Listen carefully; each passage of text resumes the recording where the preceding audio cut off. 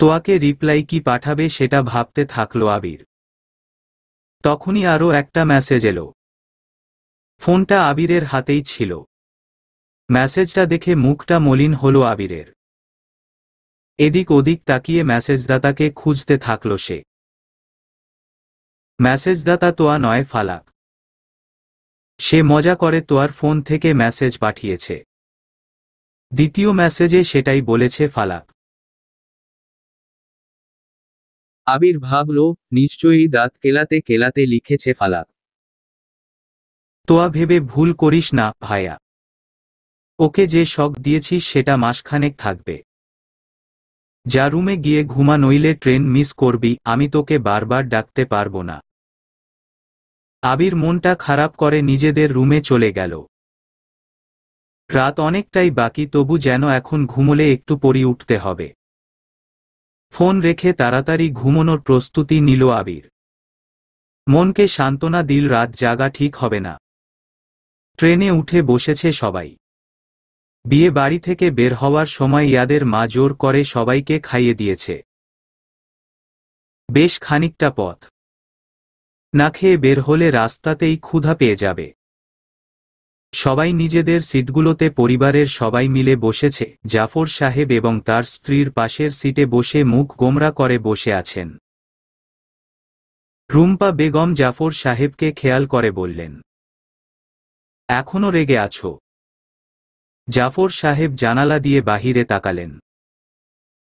কিছুক্ষণ মৌন থেকে বললেন, ছেলে মেয়ে মানসম্মান নিয়ে খেলছে, রাগ হবে না। রুম্পা বেগম বললেন, আমারও ওদের বিষয়টা অজানা ছিল। নিশো ফালাকের বিষয়টা টের পেলেও মেয়ের বিষয়টা সম্পূর্ণ অজানা। তবে পছন্দ শুধু আবিরই করে, তোয়া না। আবির তো ছেলে হিসেবেও খারাপ না। ছেলে ভালো, কাজ ভালো, সবই ভালো। জাফর সাহেব শোকতগলায় বললেন, এত মানুষের সামনে উপস্থাপন করার তো কোন প্রয়োজন ছিল না। তুমি দেখ না, অনেক জায়গায় বিয়ে বাড়িতে আরেকটা বিয়ে ঠিক হয়। ওরা ভয় পেয়েছিল। বয়স কম, ভুল করে ফেলেছে। যাদের সামনে বলেছে তাদের সাথে বছরেও একবার দেখা হয় না আমাদের। ইয়াদের মায়ের বিয়েতে একবার, ও হলে একবার, তারপর মনে হয় একবার গিয়েছিলে ওদের গ্রামে। যাদের সাথে দেখাই হয় না সেখানে সামান্য এই ব্যাপার ঘটে যাওয়ায় ছেলে মেয়েদের ওপরে রাগ করো না, তোমার রাগ করার বাজে স্বভাব। এসবের জন্য সম্পর্ক নষ্ট হয়, মাথা থেকে ঝেড়ে ফেলো এসব। জাফর সাহেব কিছু ভাবলেন। পিছনের দিকে একবার সবাইকে দেখে আবার রুম্পা বেগমের দিকে তাকিয়ে বললেন, ঠিকই বলেছ। এসব আমার থেকে আর কে ভালো জানে। কিন্তু ছেলে মেয়ে ওগুলো কি করলো বলো তো? আরে ভেবো না আর ওসব। তুমি একটা বিষয় দেখো, আমাদের ছেলে মেয়েরা আমাদের কাছেই থাকবে। হ্যাঁ, এটা ঠিক বলেছ। ফালাককে তোমার কেমন লাগে? কত গুণী একটা মেয়ে, মাশাআল্লাহ। তোমার ছেলেকে লাইনে আনতে পারবে? বেলাইনে আছে নাকি? যে ভুলগুলো আছে তা ঠিক শুধরে দেবে। তার মানে পছন্দ তোমার? অপছন্দের কি আছে? যাক, আলহামদুলিল্লাহ বলেই মৃদু হাসলেন রুম্পা বেগম। তোয়া আর ফালাক একসাথে পাশাপাশি বসেছিল। ফালাক একের পর এক নিজের ভাইয়ের কথা বলেই যাচ্ছে, তোয়া চুপচাপ শুনে যাচ্ছে, আবার থেকে থেকে ফালাককে চুপ করতে বলছে। ফালাক তবুও থামছে না। তোয়াকে মাস আগের কথা বলা শুরু করল। তুমি একদিন শাড়ি পরে আমাদের বাড়ি গেছিলে, মনে আছে? টকটকে লাল শাড়ি। সেদিন ভাইয়া তোমাকে ছবি তুলে দিয়েছিল। ভাইয়ার ফোন কখনো দেখেছ? ওই দিনের ছবি ভাইয়া এখনো তার ফোনের ওয়ালপেপারে রেখেছে। তোয়া মুখ ফুলিয়ে বলল, ধুর, ওই বালডা সারা জীবন আমার সাথে ঝগড়া করে গেল, আর এখন কি না এসব শুনতে হচ্ছে। সবই আমার কপাল। ভালোবাসায় দুই ধরনের সম্পর্কে থাকে। একটা এই যে তোমাদের মতো সবসময় ঝগড়া হয়, আর আরেকটায় লজ্জা থাকে বেশি। তোরটা বুঝি লজ্জার। কাল কি করে দুজন একসাথে বলে উঠলি ওত মানুষের সামনে। সবাই অবাক হয়েছে। আমার সাদাসিধা ভাইটাও মানুষের সামনে বলে উঠল। ফালাক মৃদুস্বরে বলল, কি জানি কিভাবে যেন হয়ে গেল অমন। আবির হঠাৎ নিজের সিট ছেড়ে ফালাকের পাশে এসে দাঁড়াল। ফালাক তোয়া দুজনই আবিরের দিকে তাকিয়ে আছে। ফালাক সপ্রশ্ন দৃষ্টিতে চাইল। ভাইয়া, কিছু বলবি? আবির মাথা ঝাঁকিয়ে বলল, তুই নিশোর ওখানে গিয়ে বস একটু। ফালাক বুঝতে পারল আবির তোয়ার সাথে একটু কথা বলতে চাইছে। রাতের পর থেকে দুজনের আর একসাথে কোন কথা হয়নি। ফালাক উঠে দাঁড়াতেই তোয়া ফালাকের হাত চেপে ধরল। ভ্রু কুঁচকে বলল, তোর ওখানে যেতে হবে না, তুই এখানেই থাকবি। আবির সহসা তাড়া দিয়ে বলল, ফালাক, যা তো এখান থেকে, আমার ওর সাথে একটু কথা আছে। তোয়া পাশে থেকে চোখ রাঙিয়ে বলল, ফালাক কোথাও যাবে না, তোর এখানে কি কাজ? তুই এখান থেকে যা, যা এখান থেকে। ফালাক উঠে নিশোর পাশের সিটে গিয়ে বসতেই নিশো সেদিকে তাকাল। আবিরকে দেখতে পেল না সে। একটু ঘুমিয়ে গিয়েছিল সে। আবিরের উঠে যাওয়া টের পায়নি সে, কিন্তু ফালাকের ধপ করে বসার শব্দে কাঁচা ঘুম ভেঙে গেল নিশোর। পাশে তাকিয়ে ফালাককে দেখে বলল, তুমি এখানে কেন? বাবা দেখলে কি বলবে? ফালাক ভ্রু কুঁচকে নিশোর দিকে তাকাল। গম্ভীর গলায় শুধাল, বাবাকে ভয় পেতে শুরু করলেন কবে থেকে? আগে পাইনি, এখন পাই। এখন কেন পান?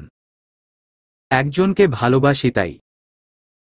ফালাক মৃদু হেসে বলল, তা ভালোই বা বাসেন কাকে, আর ভয়ই বা পান কেন? নিশো সম্পূর্ণ শরীর ফালাকের দিকে এগিয়ে আনল। মুখটা এগিয়ে ফালাকের চোখে চোখ রেখে বলল, এই মেয়েটাকে ভালোবাসি। জীবনটা বেশ অগোছালো ছিল, সেই তো দায়িত্ব নিয়ে গুছিয়ে দিচ্ছে। তাকে ছাড়া আর কাকে ভালোবাসব? ফালাক চোখ নামিয়ে নিল, মাথা নিচু করে বলল, ভয় পান কেন? আমি তোমার সাথে সারা জীবন থাকতে চাই ফালাক, সুখী দম্পতির মতো। আর আমাদের একসাথে পথচলা শুরুর আগেই আমি বাবাকে কোনোভাবে কষ্ট দিতে চাই না। বাবা মনে কষ্ট পেলে আমাদের ওপর বাজে ইফেক্ট পড়বে। আমি চাই না কোন কিছু খারাপ হোক। ফালাক নিশোর দিকে তাকাল। আপনার চিন্তাভাবনা সুন্দর, তবে শুধু এজন্য কেন? কোন কারণ বা কারণ ছাড়াও বাবা মাকে কষ্ট দিতে হয় না। তোমার মতো মেন্টালিটির মেয়ে খুঁজে পাওয়া কঠিন ফালাক। লাগবে অন্য মেয়ে, ঠিক আমার মতো বা আমার চেয়েও ভালো। না থাক, এই একটাতেই চলবে, যদিও চারটা জায়েজ আছে। ফরজ পালন করেন আগে, ওই সুন্নাতের দিকে তাকাতে হবে না। আপনারা ছেলেরা এই একটা বিষয়ই ঢোল পিটিয়ে বলেন যে চারটা বিয়ে জায়েজ আছে, অথচ নামাজ, রোজা, দান, সাদকার কোন বালাই নাই। নিশো মুখ টিপে হাসল, সিরিয়াস ভঙ্গিতে বলল, বউ আবার একটাতে হয় নাকি? কি যে বলো না। ফালাক রাগী চোখে নিশোর দিকে তাকিয়ে দাঁতে দাঁত চেপে বলল, বিয়ে আপনাকে করাচ্ছি, দাঁড়ান। বিয়ে গুলিয়ে খাইয়ে দিব আমি। বিয়ে কেমনে খায়? থামবেন আপনি? নিশো হো হো করে হেসে উঠল। ফালাক মারি শক্ত করে নিশোর দিকে চেয়ে রইল। নিশো কিছুক্ষণ পর হাসি থামিয়ে ফালাকের দিকে তাকাল। উৎসাহ নিয়ে বলল, তোমার বেশ পরিবর্তন হয়েছে, টের পেয়েছ? কি? এই যে আগে আমার দিকে তাকাতে লজ্জা পেতে, আর এখন ঝগড়াও করো, আবার রাগও দেখাও। আমার এখন লজ্জা করে মাথা নিচু করে বসে মিটিমিটি হাসা উচিত। তা নয়। পরিবর্তনটা খেয়াল করেছ নাকি সেটা বলো। না। তোমার এখানে এসে বসা উচিত হয়নি। কে আসতে চেয়েছিল এখানে? আবির ভাইয়া তো তোয়া আপুর সাথে কথা বলবে বলে আমাকে এখানে এসে বসতে বলল। নির্লজ্জ ছেলে হয়ে গেছে ওটা। আপনার চেয়ে কম। আমি কি করেছি? কিছুই করেননি। চুপচাপ থাকুন। ঘুমোবো। উহু, ঘুমিও না। কেন? ঘুমোলে নিশ্চয়ই তোমাকে অনেক বেশি সুন্দর লাগবে। এসব আমি হজম করতে পারবো না। আমি মাকে তোমার কাছে পাঠিয়ে দিচ্ছি। মায়ের সাথে বসে ঘুমাও। কি আশ্চর্য! আমার জায়গায় থাকলে তুমি বুঝতে, ফালাক। কিভাবে তুমি আমাকে আকর্ষণ করো। আমি নিজেকে সামলে রাখি, ভাবি আর তো কয়েকটা দিন। বেশি কথা বললে চুমু দিয়ে মুখ বন্ধ করে দিব। তোর বাপের সামনে তোর এই গালে, ঠোঁটে চুমু পড়লে ভালো লাগবে। আমার সাথে একদম তেজ দেখিয়ে কথা বলবি না। হবু বরের সাথে কিভাবে কথা বলতে হয় জানিস না। হবু বর হই আমি তোর। সম্মান দিয়ে কথা বলবি। তুই করে সম্বোধন যতবার করে করবি ততবার করে একটা চুমু। ট্রেনে মানুষ কত দেখেছিস। তোর বাপ মাও আছে। আমার বাপ মা সমস্যা করবে না, কিন্তু তোর বাপ। তোয়ার রাগী চোখে আবিরের দিকে তাকালো। আমি তোকে দেখছি আর অবাক হচ্ছি। কি পরিমাণ অসভ্য হয়ে গেছিস তুই। আমার সাথে এসব নিয়ে কথা বলতে তো একটুও রুচিতে বাজছে না।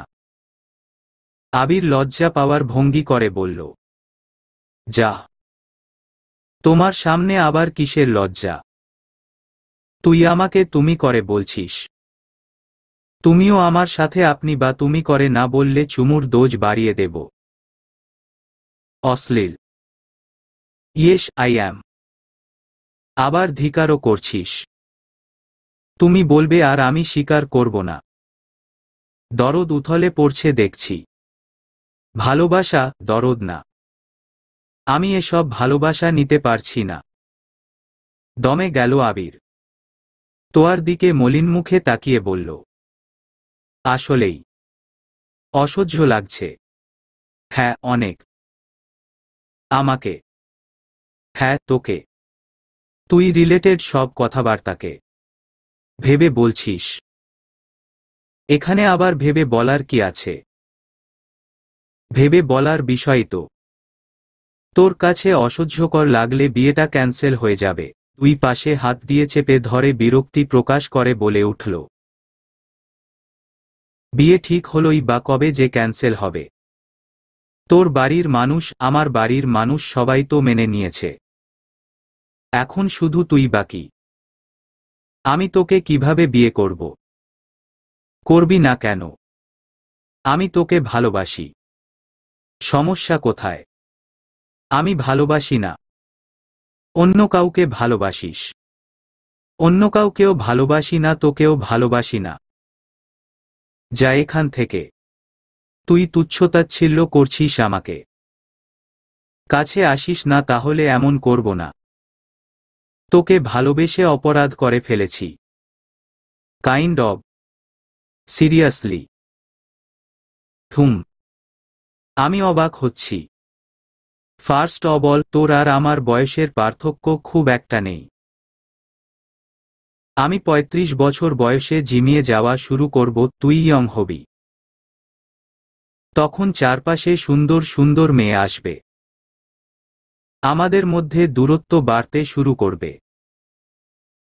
আমার ভাই ফালাককে পছন্দ করে। তুই অন্তত বাহিরে বিয়েটা কর। একই জায়গায় কেন আটকে যেতে হবে? তার ওপর এই যে তুই অশ্লীল হওয়ার অভিনয় করছিস, সেটা ভালো হচ্ছে না। তুই এরকম না।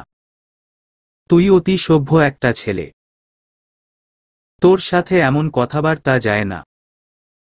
হ্যাঁ, প্রতিটা ছেলে বাহিরে সবার কাছে সভ্য হলেও প্রেমিকা বা বউয়ের কাছে অসভ্য। এটা চিরন্তন সত্য, কিন্তু আমি তোর এই অসভ্য হওয়ার অভিনয় ধরে ফেলেছি। এসবে তুই কাঁচা। তোর সাথে এতদিনের সম্পর্কটা ভিন্ন ছিল। কাল থেকে সবকিছু চেঞ্জ হয়ে গেছে মনে হচ্ছে। তোকে ভীষণ দূরের লাগছে। ভীষণ ভীষণ ভীষণ দূরের। তোকে অচেনা লাগছে। তোয়া থেমে আবার বলল, আর বাকি রইল চুমু। তুই আমাকে চুমু খেতে পারবি? আসলেই পারবি? তোয়া নিজের হাতটা আবিরের দিকে বাড়িয়ে দিয়ে বলল, আমার হাতটা ধরে দেখা। আমি দেখি তুই কতটা অসভ্য। আবির মাথা নিচু করল। তার পক্ষে এসব আসলেই সম্ভব নয়। তোয়াকে কাল সবটা বলার পর থেকে দূরত্ব বাড়িয়ে নিয়েছে সে। আবির সেটা মোটেও মেনে নিতে পারছিল না, তাই ভেবেছিল এসব বললে হয়তো তোয়া ভালোভাবে কথাবার্তা বলবে। এখন নিজের কর্মকাণ্ড মনে করতেই লজ্জায় মাথা নিচু হয়ে আসছে তার। তোয়া তখনও আবিরের দিকে তাকিয়ে আছে। আবির মাথা উঁচু করে তোয়ার দিকে তাকালো।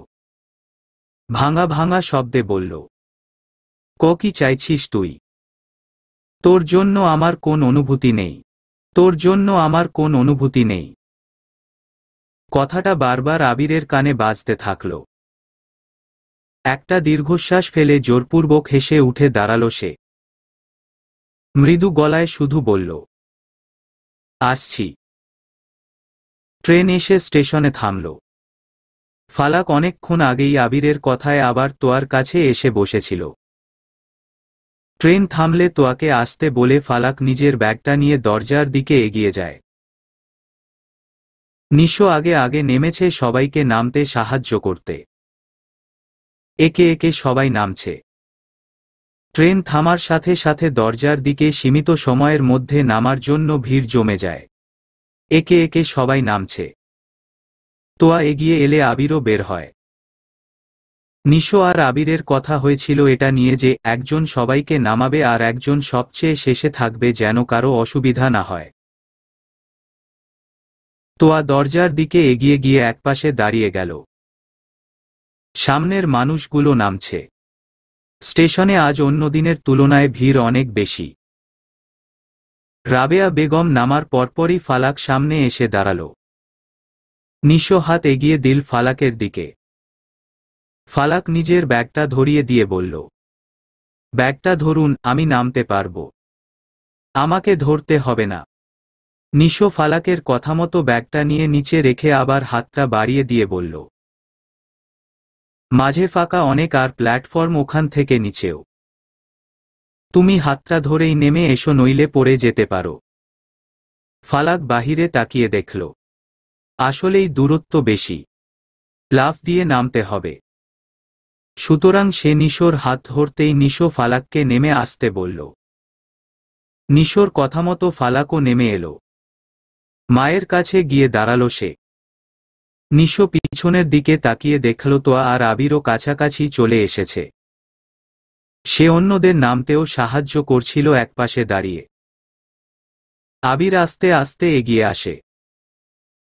ঠিক দরজার সন্নিকটে এসে তোয়ার পিছনে দাঁড়ানো একটা 20-21 বছর বয়সী ছেলেকে নিজের দিকে ঘুরিয়ে জোরে একটা থাপ্পড় দিল। জায়গাটা ফাঁকা হয়ে গেল। সবাই আবিরের দিকে তাকিয়ে আছে। তোয়া আবিরের কাণ্ড দেখে চকিতে বলে উঠল, তুই ছেলেটাকে মা তারা চিহ্ন রলি কেন? আমার ওপরের রাগ এখন যাকে তাকে দেখাবি?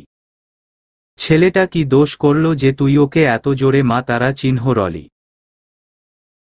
ছেলেটা গালে হাত দিয়ে আবিরের দিকে রাগী চোখে তাকিয়ে আছে। আবির ছেলেটার শার্টের কলার ধরে নামতে নামতে নিশোকে উদ্দেশ্য করে বলল, তোর বোনকে নামতে সাহায্য কর। প্ল্যাটফর্মে পা রাখতেই জাফর সাহেব এবং জাভেদ সাহেব এগিয়ে এলেন। নিশো তোয়াকে ট্রেন থেকে নামিয়ে তাদের দিকে এগিয়ে গেল। জাভেদ সাহেব ছেলের দিকে তাকিয়ে শুধালেন, কি হয়েছে? ছেলেটাকে মা তারা চিহ্ন রলে কেন? আবির মারি শক্ত করে বলে উঠল, উচিত ছিল ট্রেন থেকে ধাক্কা দিয়ে ফেলে দেওয়া। তোয়া চকিতে বলে উঠল, কি করেছে তোর ওই ছেলেটা? আবির রাগী চোখে তোয়ার দিকে তাকিয়ে আবার নজর অন্যদিকে রাখল। ছেলেটাকে ধাক্কা দিয়ে ছেড়ে বলল, কি করেছিস বল। তোয়া পাশে থেকে আবার বলল, সে কি বলবে? মেয়ে তারা চিহ্ন রেছিস তো তুই, তাই তুইই বল। নিশো এবার ধমকে তোয়াকে চুপ করিয়ে বলল, তোয়া তুই চুপ কর। সিরিয়াস কোন ঘটনা না ঘটলে আবির এরকম করার ছেলে না। রাবেয়া বেগমও পাশে থেকে বলে উঠলেন, হ্যাঁ তো তুমি চুপ করো একটু, ওকে বলতে দাও।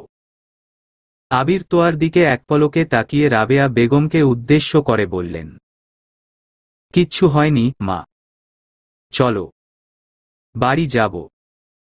বলেই হাঁটা শুরু করল আবির। সবাই এক আবিরের যাওয়ার দিকে তাকিয়ে রইল। আবিরদের বাড়ির মানুষদের পাশেই এক মহিলা এতক্ষণ কারো সাথে ফোনে কথা বলছিলেন। ফোন কেটে তাদের দিকে দুপা এগিয়ে এসে তোয়াকে উদ্দেশ্য করে বললেন, এই পুচকে ছেলেটা তোমার কোমরে বারবার ধাক্কা লাগার ভঙ্গিতে স্পর্শ করছিল। তুমি হয়তো ভিড়ের মাঝে ঠেলাঠেলি ভেবে দাঁড়িয়েছিলে। যে ছেলেটা এই ছেলেকে চড় দিল ওই ছেলেটা দেখেছিল কানটা, তাই ওটা করেছে। ছেলেটা একদমই ভুল করেনি। পারলে এই শয়তানকে ধরে গণধোলাই দাও। এরা ভিড় খোঁজে মেয়েদের এমন গায়ে হাত দিতে। মহিলার কথা শেষ হওয়া মাত্র নিশো সজোরে একটা চর বসিয়ে দিল ছেলেটাকে। বেশ গণ্ডগোল বেঁধে গেল। চারদিকের মানুষ সেদিকে এগিয়ে এলো। সবাই বিষয়টা জানলে নিজেরাও মা তারা চিহ্ন রতে আসলে ছেলেটা কান্নাকাটি করে মাফ চাইতে থাকল। সবাইকে ফেলে রেখে নিশো ছুটল আবিরকে খুঁজতে। ভিড় কমতে শুরু করলে সবাই বাড়ির দিকে এগুতে থাকল। এতক্ষণে তোয়ার মনের মধ্যে খচখচ করা শুরু করেছে। শুধু শুধু আবিরকে এতগুলো কথা শোনালো সে। কি খারাপ ব্যবহারটাই না করল। তো আর ফালাকের বিয়ের কথা চলছে। ইয়াদের বিয়ে থেকে বাড়ি ফেরার কয়েকদিন হয়ে গিয়েছে। সবার কাছে সবকিছু যেহেতু স্পষ্ট, তাই তারা বিয়েতে আর দেরি করতে চাইছে না। নিজেদের যেহেতু ছেলে মেয়ে, তাই কাউকে দূরে পাঠানোর দুর্ভোগ আর পোহাতে হবে না। প্রথমে আবিরের বিয়ের কথা উঠেছিল, তখন আবিরের এক কথাতেই তার বিয়ের কথাটা বন্ধ হয়েছে। সে এখনই বিয়ে করতে চায় না। সময় প্রয়োজন তার। পরিবারের কেউ আর জোরও করেনি বিয়ের ব্যাপারে। ছেলে মেয়েকে জোর করা হয়তো ভালো দেখায় না, নিজেদের মধ্যে তো আরও বেশি খারাপ দেখায়। আবির আর তোয়ার বিয়েটা দেরিতে হোক এ ব্যাপারে সবার সিদ্ধান্ত নেওয়া হলেও নিশো আপত্তি জানিয়েছিল। সে সব সময় চেয়েছে তার আগে তোয়ার বিয়েটা হোক। বিষয়টা তোয়ার জন্য একটু ঘেটে গেছে দেখে সে নিজেও জোর করার সাহস পাচ্ছে না। বিয়েটা দিলে দিতেই পারে সবাই মিলে, কিন্তু এভাবে বিয়েটা হলে দুজনের দূরত্ব কমার বদলে বেড়ে যাবে। নিশো সকাল সকাল ঘুমোতে যাবে। দেখতে দেখতে অনেকগুলো দিন কেটে গিয়েছে। আগামীকাল তার বিসিএসের রেজাল্ট। নিজের বিয়ের কথাবার্তায়ও নিজে থাকতে পারছে না কয়েকদিন যাবৎ। সবসময় মনে হচ্ছে রেজাল্টের চিন্তায় পেটের নাড়ি অবধি কাঁপছে। মাঝে মাঝে তো দাঁড়িয়ে থাকতেও কষ্ট হয়। নারী এত কাঁপাকাঁপি করে যার কারণে পেট চেপে তাড়াতাড়ি করে বসে যেতে হয়। এই তো কিছুক্ষণ আগে নিশোর মা রুম্পা বেগম রান্নাঘর থেকে খাবারগুলো টেবিলে নিয়ে আসছিল। তোয়া সাহায্য করছিল।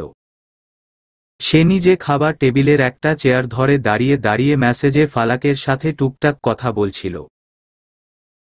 আগামীকাল রাতে তাদের বিয়ের ডেট ফিক্সড করা হবে বলে জানালো ফালাক। এদিকে সাথে সাথে তোয়া খাবার টেবিলে তরকারির বাটি রেখে নিশোর দিকে তাকিয়ে বলল, কালকে তোর রেজাল্ট কয়টায় রে ভাইয়া? ব্যাস।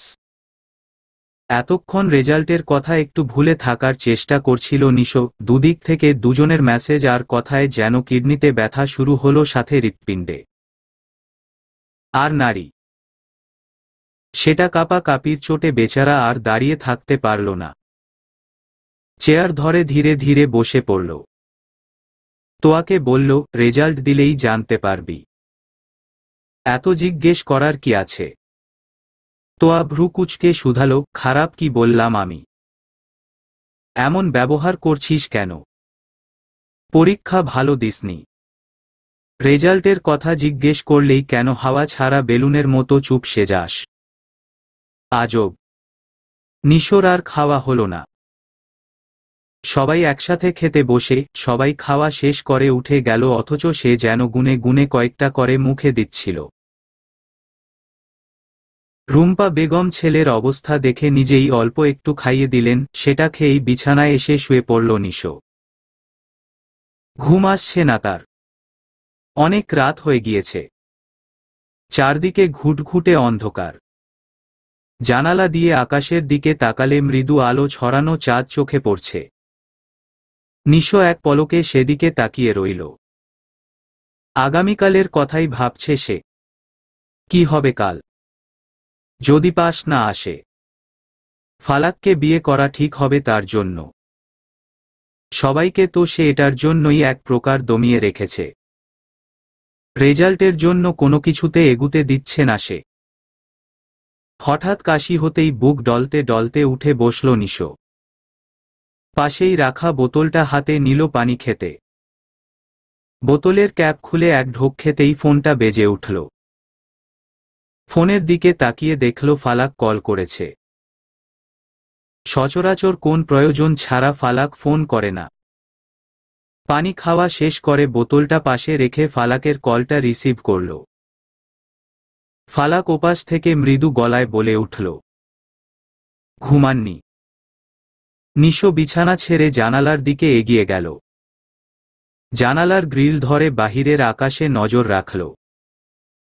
সংক্ষেপে উত্তর দিল, না।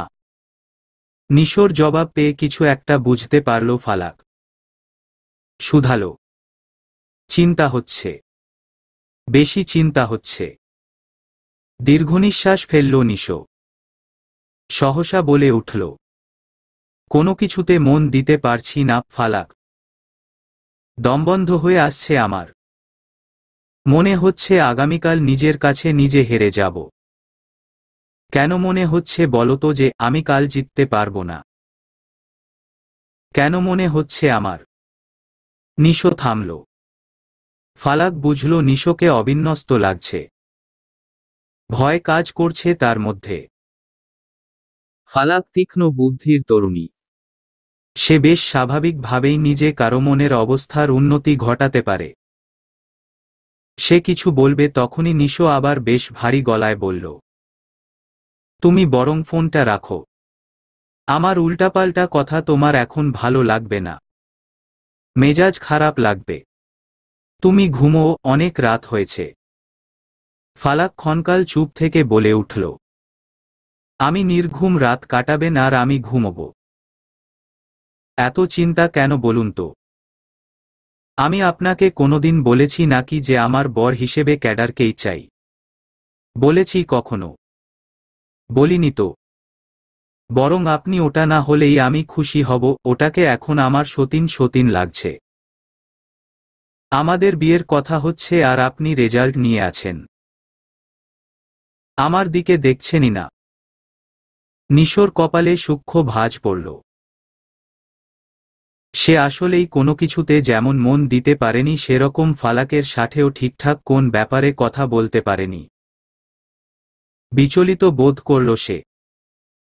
বিলম্ব না করে অনুযোগভরা কণ্ঠে বলল, আমি কি করব ফালাক? আমি পারছি না তো কিছু করতে। সৃষ্টিকর্তা যে আমাকে হতাশার সমুদ্রে ডুবিয়ে রেখেছেন। আমি হাতড়েও কুল কিনারা খুঁজে পাচ্ছি না। জানি সবাই আছে, তবুও আমি সাহায্যের হাত বলতে শুধু রেজাল্ট পজিটিভ হওয়াটাকেই বুঝছি। দূরে যে আলোটা দেখা যাচ্ছে ওটা তুমি। তোমাকে পেতে আমাকে বাঁচতে হবে এখান থেকে। ফালাক ইতস্তত গলায় বলল, আমার বিজনেসটা আছে। ওটাকে তুচ্ছতাচ্ছিল্য করবেন না। ওটার মাধ্যমে এক সময় আমার আল্লাহ আমাদের সংসারে রহমত বর্ষণ করেছিলেন। আপনার জন্য সবার দোয়া আছে। আপনি আগামীকাল সফল হবেন ইনশাআল্লাহ। যদি কোনোভাবে ভাগ্য আপনার সহায় না হয় তাহলে আমরা দুজন মিলে না হয় বিজনেসটা বড় করব। ফালাকের কথায় মৃদু হাসল নিশো। সংক্ষেপে বলল, হেরে যাওয়া মানুষটাকে এত ভালোবাসলে কেন? মেয়েরা তো খারাপ সময়ে হাত ছেড়ে দিতে সবসময় প্রস্তুত থাকে। ফালাক নিশোর কথার পৃষ্ঠে বলল, সফল হওয়া অবধি প্রেমিকের পাশে থাকা নারীকে পুরুষ ছেড়েছে। সফল হয়ে নারীকে ভুলেছে আর নতুন নারীকে আপন করেছে, সেক্ষেত্রে কি বলবেন? আপনি যদি এভাবে বলেন তাহলে তো আমরা দুই দিকের দুই প্রান্তের মানুষ হয়ে যাব। আমি তো এক হতে চাই, ঠিক বৃত্তের কেন্দ্রবিন্দুর মতো। আমি স্থির থাকব আর আপনি আমার হাত ধরে দুনিয়া জয় করবেন। নিশো মৃদু হেসে ফিসফিসিয়ে বলল, তোমার মধ্যে কি আছে বলো তো। নিমিষেই শক্তি হয়ে সামনে দাঁড়াও, মন ভালো করে দাও, সাহস যোগাও। ফালাকের ওষ্ঠদ্বয়ের উভয় প্রান্ত ঈষৎ প্রসারিত হল। উৎসাহ নিয়ে বলে উঠল, আমি সেদিনের মতো শাড়ি পরেছি। চোখে কাজল, ঠোঁটে হালকা গোলাপি লিপস্টিক আর বড় একটা বেনি। দেখবেন। নিশো কিছুক্ষণ চুপ থেকে শুধালো, কিভাবে দেখব? এখন তো অনেক রাত। তাছাড়া তুমি এত এনার্জি কই পাও বলো তো আমায়। ফালাক মুচকি হেসে বলল, শুধু শাড়ি পরে সাজগোজ নয়, বিয়ের পর মাঝরাতে ছাদে সময় কাটানোরও এনার্জি আছে আমার। আপনাকে মাঝরাতে ঘুম থেকে ডেকে তুলে ঘুম নষ্ট করার মন্ত্র আমার জানা। নিশো সহসা বলে উঠল, জীবনের 12টা বাজাতে আর কি চাই আমার। হয়েছে হয়েছে। সুযোগ দিলে খুব বেশি বলে ফেলেন আপনি। এখন মেসেঞ্জার চেক করুন। আমাকে দেখুন আর নিশ্চিতে ঘুমিয়ে যান। আপনার সৃষ্টিকর্তার পর এই তুচ্ছ মানবী আপনার জন্য আছে। আপনার জিতে যাওয়াতেও আছে আর হেরে যাওয়াতেও। হেরে গেলে জিতে যেতে সাহায্য করার জন্য মেয়েটা আপনার জন্য আছে। নিশো পরিমিত হেসে বলল, একটা কথা বলি। ভালোবাসি বলবেন? না প্লিজ। আমি শুনব না। ওটা তুলে রাখেন। পরে শুনব। এখন রাখছি। নিশোকে কোন কথা বলার সুযোগ না দিয়ে ফালাক তৎক্ষণাৎ কল কাটল। নিশো সোজা মেসেঞ্জারে চলে গেল। বাহির থেকে ফালাকের ইনবক্সে 4টা আনরিড মেসেজ শো করছে। মৃদু হেসে ইনবক্সে প্রবেশ করল। লালরঙা শাড়ি পরেছে ফালাক। ফর্সা টকটকে গায়ের রঙের মেয়েটাকে লাল রঙে লালপ্রি লাগছে। 4-4টে ছবি বারবার দেখছে নিশো। ছবিগুলোতে হাত বুলিয়ে মৃদু হাসতে থাকল নিশো। ফালাককে অনলাইন দেখাচ্ছে। নিশো ছোট করে লিখল, লাল বউ লাগছে। ভোরের আলো ফুটেছে অনেক আগে। গতকাল রাতে দেরি করে ঘুমোলেও ঠিক ফজরেই ঘুম ভেঙেছে নিশোর। মাথায় যার রাজ্যের চিন্তা তার ঘুম হবে কিভাবে। সেই ভোরবেলায় নামাজ শেষ করার পর থেকেই বারবার নিজের রুম, বেলকনি, ছাদ, ড্রয়িং রুম এভাবেই পায়চারি করতে করতে সময় কাটানোর চেষ্টা করছে সে। কোনোভাবেই সময় যেতেই চাইছে না। চেয়ারে গিয়ে বসে চোখ বন্ধ করে বসে রইল সে। রুম্পা বেগম রান্না করছিলেন। জাফর সাহেব দোকানে গিয়েছেন সকাল সকাল। বাড়িতে বসে থাকতে মোটেও ভালো লাগছিল না। দোকানে তবু এটা ওটা করে ব্যস্ত থাকতে পারবেন তিনি। তোয়া নিজের রুমেই ছিল। নিজের রুমটা গুছাচ্ছিল সে। সকালে ঘুম থেকে উঠে বিছানাটাও গোছানো হয়েছিল না। বালিশগুলো ঠিক করে রাখতে গিয়ে জানালার বাহিরে চোখ গেল তার। এ কাকে দেখছে সে? আবির। বুকটা কাঁপছে তোয়ার। এতগুলো দিন পর আবির এসেছে এ বাড়িতে। এতগুলো দিন কেটে গেছে। আবির এ বাড়িতে আসেনি, তার মেসেজগুলো কখনো সিন করেনি, আবার কলও রিসিভ করেনি। আবিরকে ভেতরে ঢুকতে দেখে তোয়া সব কাজ ফেলে বাহিরে দিকে দৌড়ে গেল। কোথাও না থেমে সোজা আবিরের সামনে গিয়ে দাঁড়ালো সে।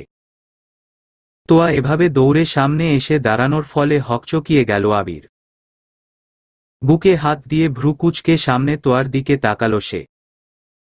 তোয়া হাঁপাতে হাঁপাতে বলল, তুই এতদিন আসিসনি কেন রে? আমার কল মেসেজ কোনো কিছুতে তোর কোন রেসপন্স নেই? এমন কেন?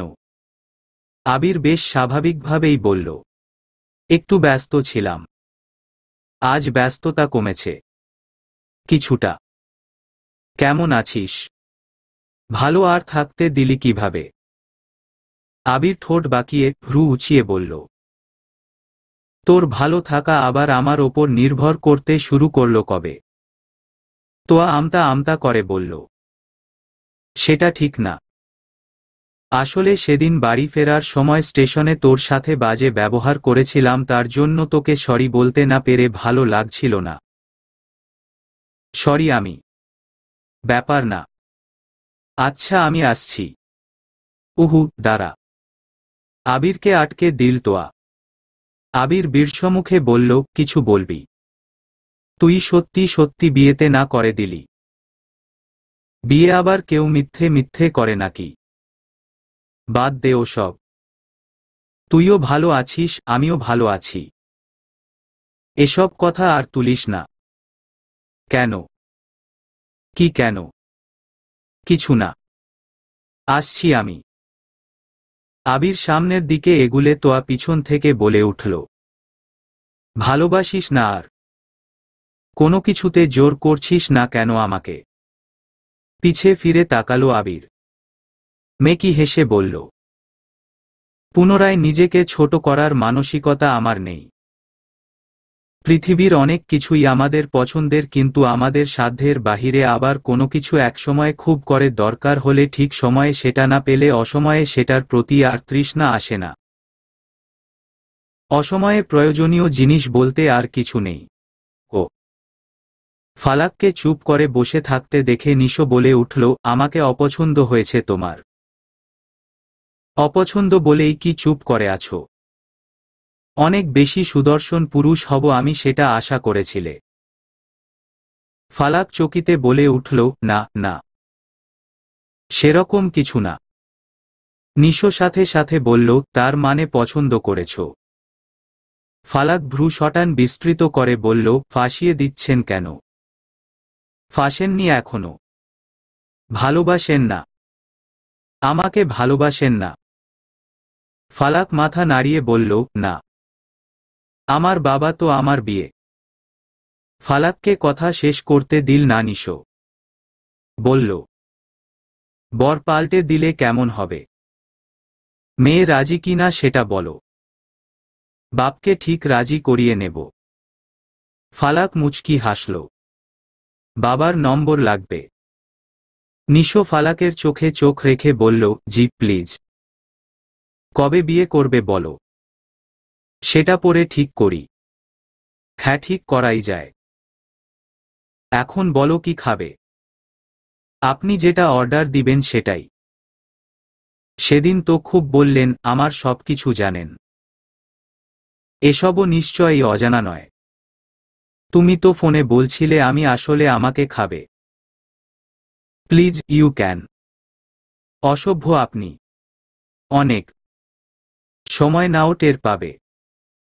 নিশো মুচকি হেসে খাবারের মেনু দেখতে দেখতে আবার বলল, এভাবে তাকিয়ে থেকো না, আমার লজ্জা লাগছে। ফালাক নজর নামিয়ে নিল। চোখ বন্ধ করে ফেলল। লোকটা ভারী লজ্জায় ফেলে দিতে পারে। এটা আর নতুন কি? শুরু তো হয়েছে অনেক আগেই। নিশো মুখ তুলে চাইল। ফালাকের দিকে নজর নিবন্ধ রেখেই বলল, নির্লজ্জ ভাবছ? যখন তখন যা তা বলে ফেলি। মাথায় রেখো মেয়ে, নির্লজ্জ ছেলেরা বউকে আদরে রাখে, বউকে লজ্জায় না রাখলে বর কি জিনিস সেটা বউ বুঝবে কিভাবে? লজ্জার জন্য তৈরি হয়ে যাও। সভ্য পুরুষ আমি মোটেও নই। ফালাক নিশোর কথার পৃষ্ঠে বলে উঠল, আমার ব্যাপারে সবকিছু পজিটিভলি কেন নিচ্ছেন? আপনার কেন মনে হচ্ছে আমি আপনাকে মেনে নিয়েছি? নিশো ফালাকের চোখে চোখ রাখল। গলার স্বর পরিবর্তন করে মৃদু আওয়াজে বলল, তোমার চোখ বলে দিচ্ছে তোমার আমাকে লাগবে, খুব করে লাগবে। চোখে হারাচ্ছ তুমি আমায়। বেশি বুঝছেন আপনি। বেশি বুঝাচ্ছ যে। বাজে কথা। আরেকটা বাজে কথা বলি। কি? ভালোবাসি ফালাক। আবির নিশোর রুমে আছে বেশ কিছুক্ষণ হলো। বাসায় সকালের নাস্তা তৈরি করা শেষ হয়েছে। তোয়া সেগুলো খাবার টেবিলেও রেখেছে অনেক আগেই। রুম্পা বেগম জাফর সাহেবের নাস্তা বক্সে নিয়ে একটু বাড়ির সামনে দাঁড়িয়েছেন, চেনা পরিচিত কোন গাড়ি চালককে পেলে তার কাছে দিয়ে দেবেন বলে। তোয়া খাবার টেবিলে সবকিছু বারবার দেখছে। চুলায় পানি বসিয়েছে সে। চা করবে। আবিরে বাড়িতে এলেই আগে তাকে চা করতে বলতো। আজ যদিও বলেনি তবুও তোয়া স্থির থাকতে না পেরে নিজেই পানি বসিয়েছে চা করার জন্য। পানি ঠিকঠাক গরম হলে 2 কাপ চা করে নিশোর রুমের দিকে এগুলো সে। ঘরের দরজা কিছুটা ফাঁকা করা। 2 বার আঙুলের উল্টো পাশ দিয়ে করাঘাত করে প্রবেশ করল সে। সামনের দিকে তাকিয়ে দেখল আবির একা বসে বসে ফোন টিপছে। নিশো কোথাও নেই। তোয়া এগিয়ে গিয়ে চাসহ ট্রে টেবিলের ওপর রেখে একটা কাপ হাতে নিয়ে আবিরের দিকে এগিয়ে দিল। মৃদু গলায় বলল, তোর করা লিকারের রং চা। সকালে আমি চা খাই না। ফোন স্ক্রিনে তাকিয়েই রইল আবির। চোখ না তুলে সেদিকে তাকিয়েই কথাখানা সংক্ষেপে বলল সে। তোয়া চায়ের কাপ সেভাবেই ধরে দাঁড়িয়ে রইল। ভ্রু কুঁচকে বলল, এ বাড়িতে এলেই তো আমাকে চা করতে বলিস, সেটা সকাল হলেও। চা খাই না। বাদ দিয়েছি। এখন কি এ বাড়িতে আসাও বাদ দিতে হবে? সেটা কখন বললাম আমি? নিশো এখন চা খাবে না। ও ফ্রেশ হচ্ছে। বের হলেই ওকে নিয়ে বের হব। এগুলো নিয়ে যা। আজব। তুই এভাবে কথা বলছিস কেন আমার সাথে? তোয়ার দিকে চাইল আবির। একদম চোখে চোখ পড়ল। কড়া গলায় শুধালো, কিভাবে কথা বলছি আমি? বিয়েতে না করেছিলাম বলে এমন ব্যবহার করছিস? আবির প্রত্যুত্তর না করে উল্টো শুধালো, ধরে নেতাই। ভালো ব্যবহার পেতে কি এখন বিয়েতে রাজি হবি? তোয়া চুপ রইল, কিছুক্ষণ পরেই মাথা নামিয়ে গলা খাদে নিয়ে বলল, তুই খুব খারাপ ব্যবহার করছিস আবির। সেদিনের জন্য আমি আসলেই সরি। জানি না কি হয়েছিল আমার, কেন আমি অমন ব্যবহার করেছিলাম। সরি। আবির আগের মতোই কঠোর রইল। গম্ভীর কণ্ঠে বলল, তোর সরি অ্যাকসেপ্টেড। এখন যা। তোয়া মাথা উঁচু করে আবিরের দিকে চাইল। মুখ মলিন। চোখ দুটো যেন নিভু নিভু করছে। জ্যোতিহীন লাগছে। ফুটবল চাহনি। তোকে মিস করেছি খুব। তুই এতগুলো দিন আসিসনি। নিজেও তোদের বাড়িতে যাওয়ার সাহস পাইনি। তোয়ার কথা কর্ণকুহরে পৌঁছাতেই আবির চাপা গলায় বলল, একদম আমার বিয়েতে যাওয়ার সাহস করিস? তোকে একসময় ভালোবেসেছে এমন মানুষটার বউ দেখে আসিস। তোকে কখনো বোন হিসেবে না ভাবা লোকটার সারা জীবনের সঙ্গীকে দেখে আসিস। তোর জন্য নিজেকে আমানত হিসেবে রাখা পুরুষটা কোনো কিছু না ভেবেই সবার সামনে কারো দিকে ভরসার হাত বাড়িয়ে দেবে সেটা দেখে আসিস। কোন নারীর সর্বাঙ্গ ছুঁয়ে দিয়ে স্বামী হব ভাবতে পারছিস?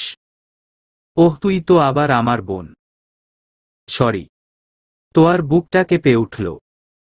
আবিরের কথাগুলো যেন সূচের মতো সমস্ত শরীর খুঁচিয়েই যাচ্ছে। নিঃশ্বাস ঘন ঘন ফেলছে সে। চোখ অশ্রুপূর্ণ হতে চাইছে। সে তো আবিরকে ভালোবাসে না।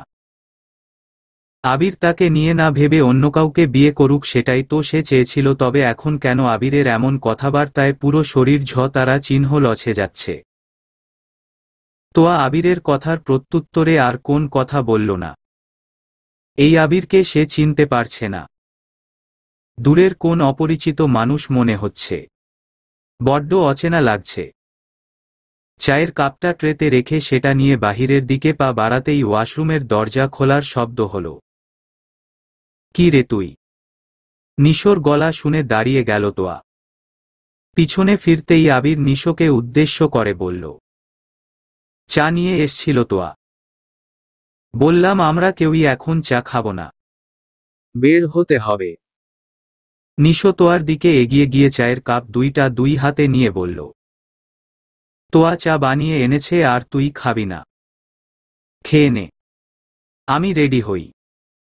সকাল সকাল এই এক কাপ চা হারানো যাবে না। তোয়া তুই যা। নিশো গিয়ে আবিরের হাতে চায়ের কাপ ধরিয়ে দিল।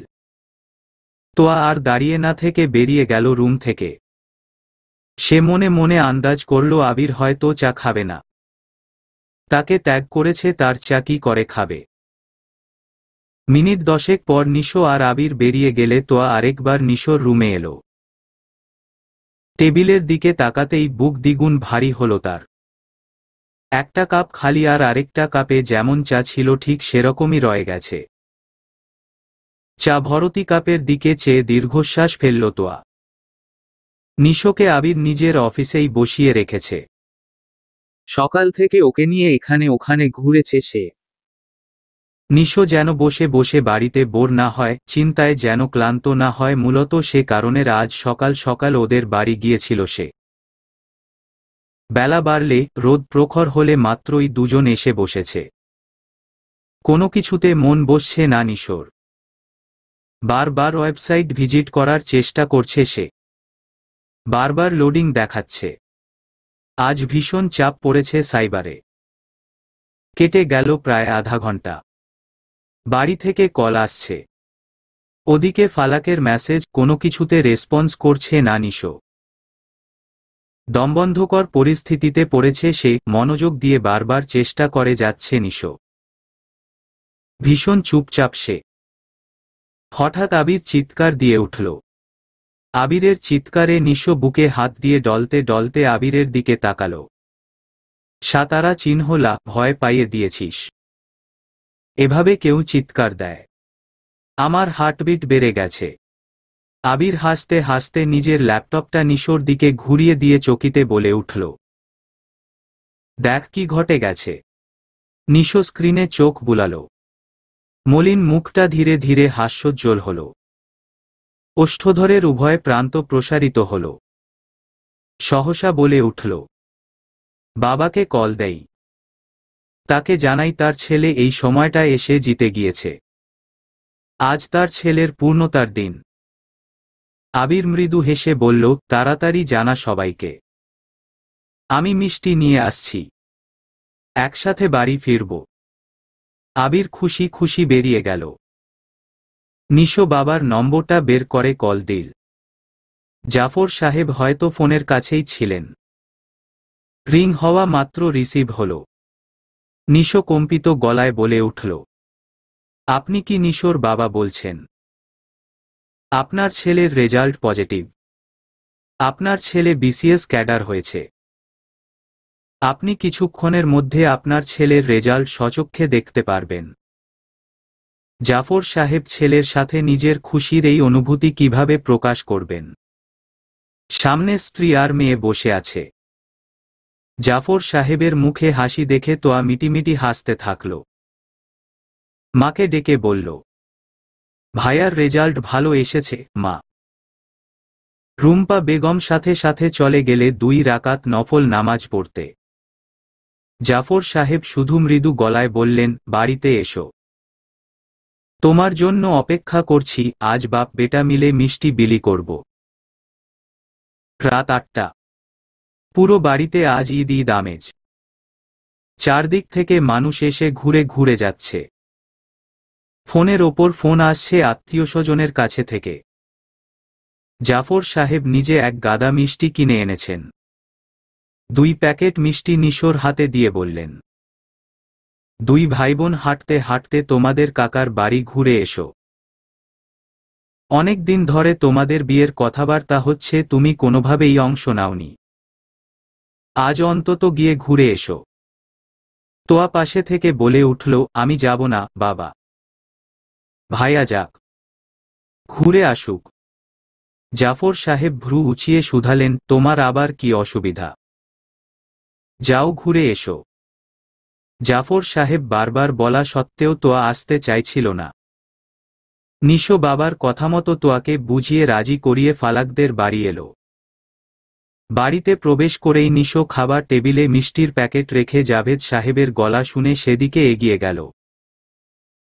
তোয়ার বান্ধবী কল করাই সে একটু বাহিরে দাঁড়িয়েছিল। 2 মিনিটের মধ্যে কথা শেষ করে কল কাটল সে। তোয়া ভেতরের দিকে যাবে তখনই গলা খাকারির আওয়াজ পেল। পিছনে ঘুরে তাকাতেই আবিরকে দেখে মুখটা আবার চুপসে গেল।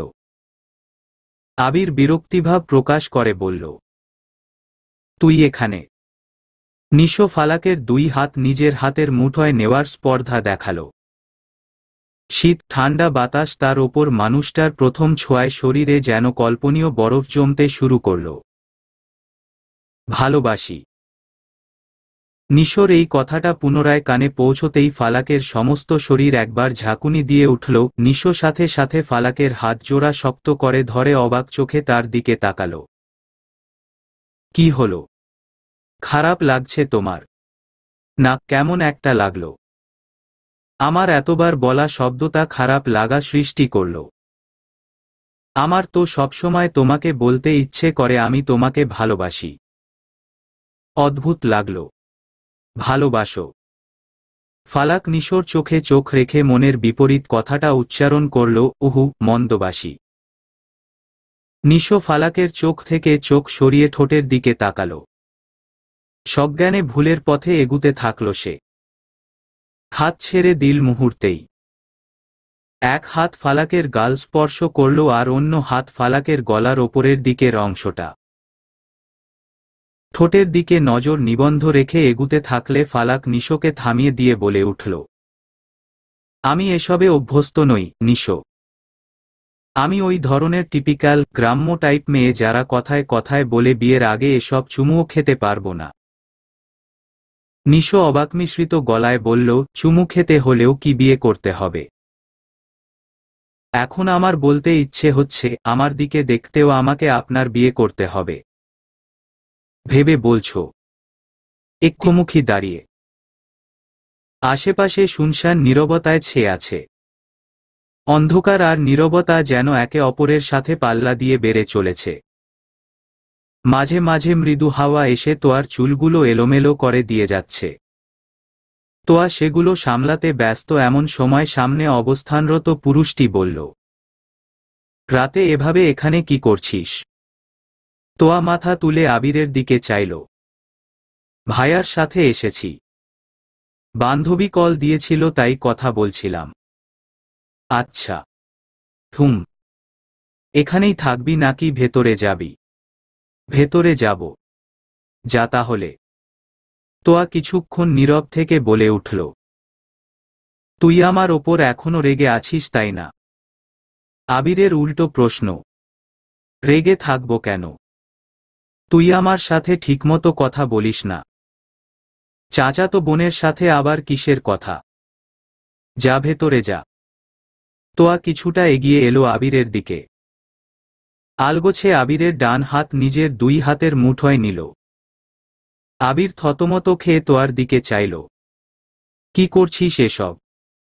কে দেখলে কি ভাববে খেয়াল আছে? ভাবুক। ভাবতে দে। হাত ছাড়। এসব কেমন ব্যবহার?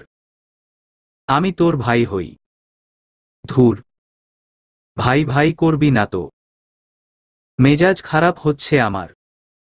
একদম গলায় কিন্তু ছুতারা চিহ্ন রি বসিয়ে দিব বলে দিলাম। থাপ্পড় খাবি তুই। হাত ছাড়। ছাড়ব না। কি করবি? আবির মিছেমিছি হাতটা ছাড়িয়ে নেওয়ার অভিনয় করল। তোয়া আরো শক্ত করে আবিরের হাতটা ধরে দাঁড়িয়ে রইল। একসময় হাত ছেড়ে আবিরের পায়ে পড়ে গেল।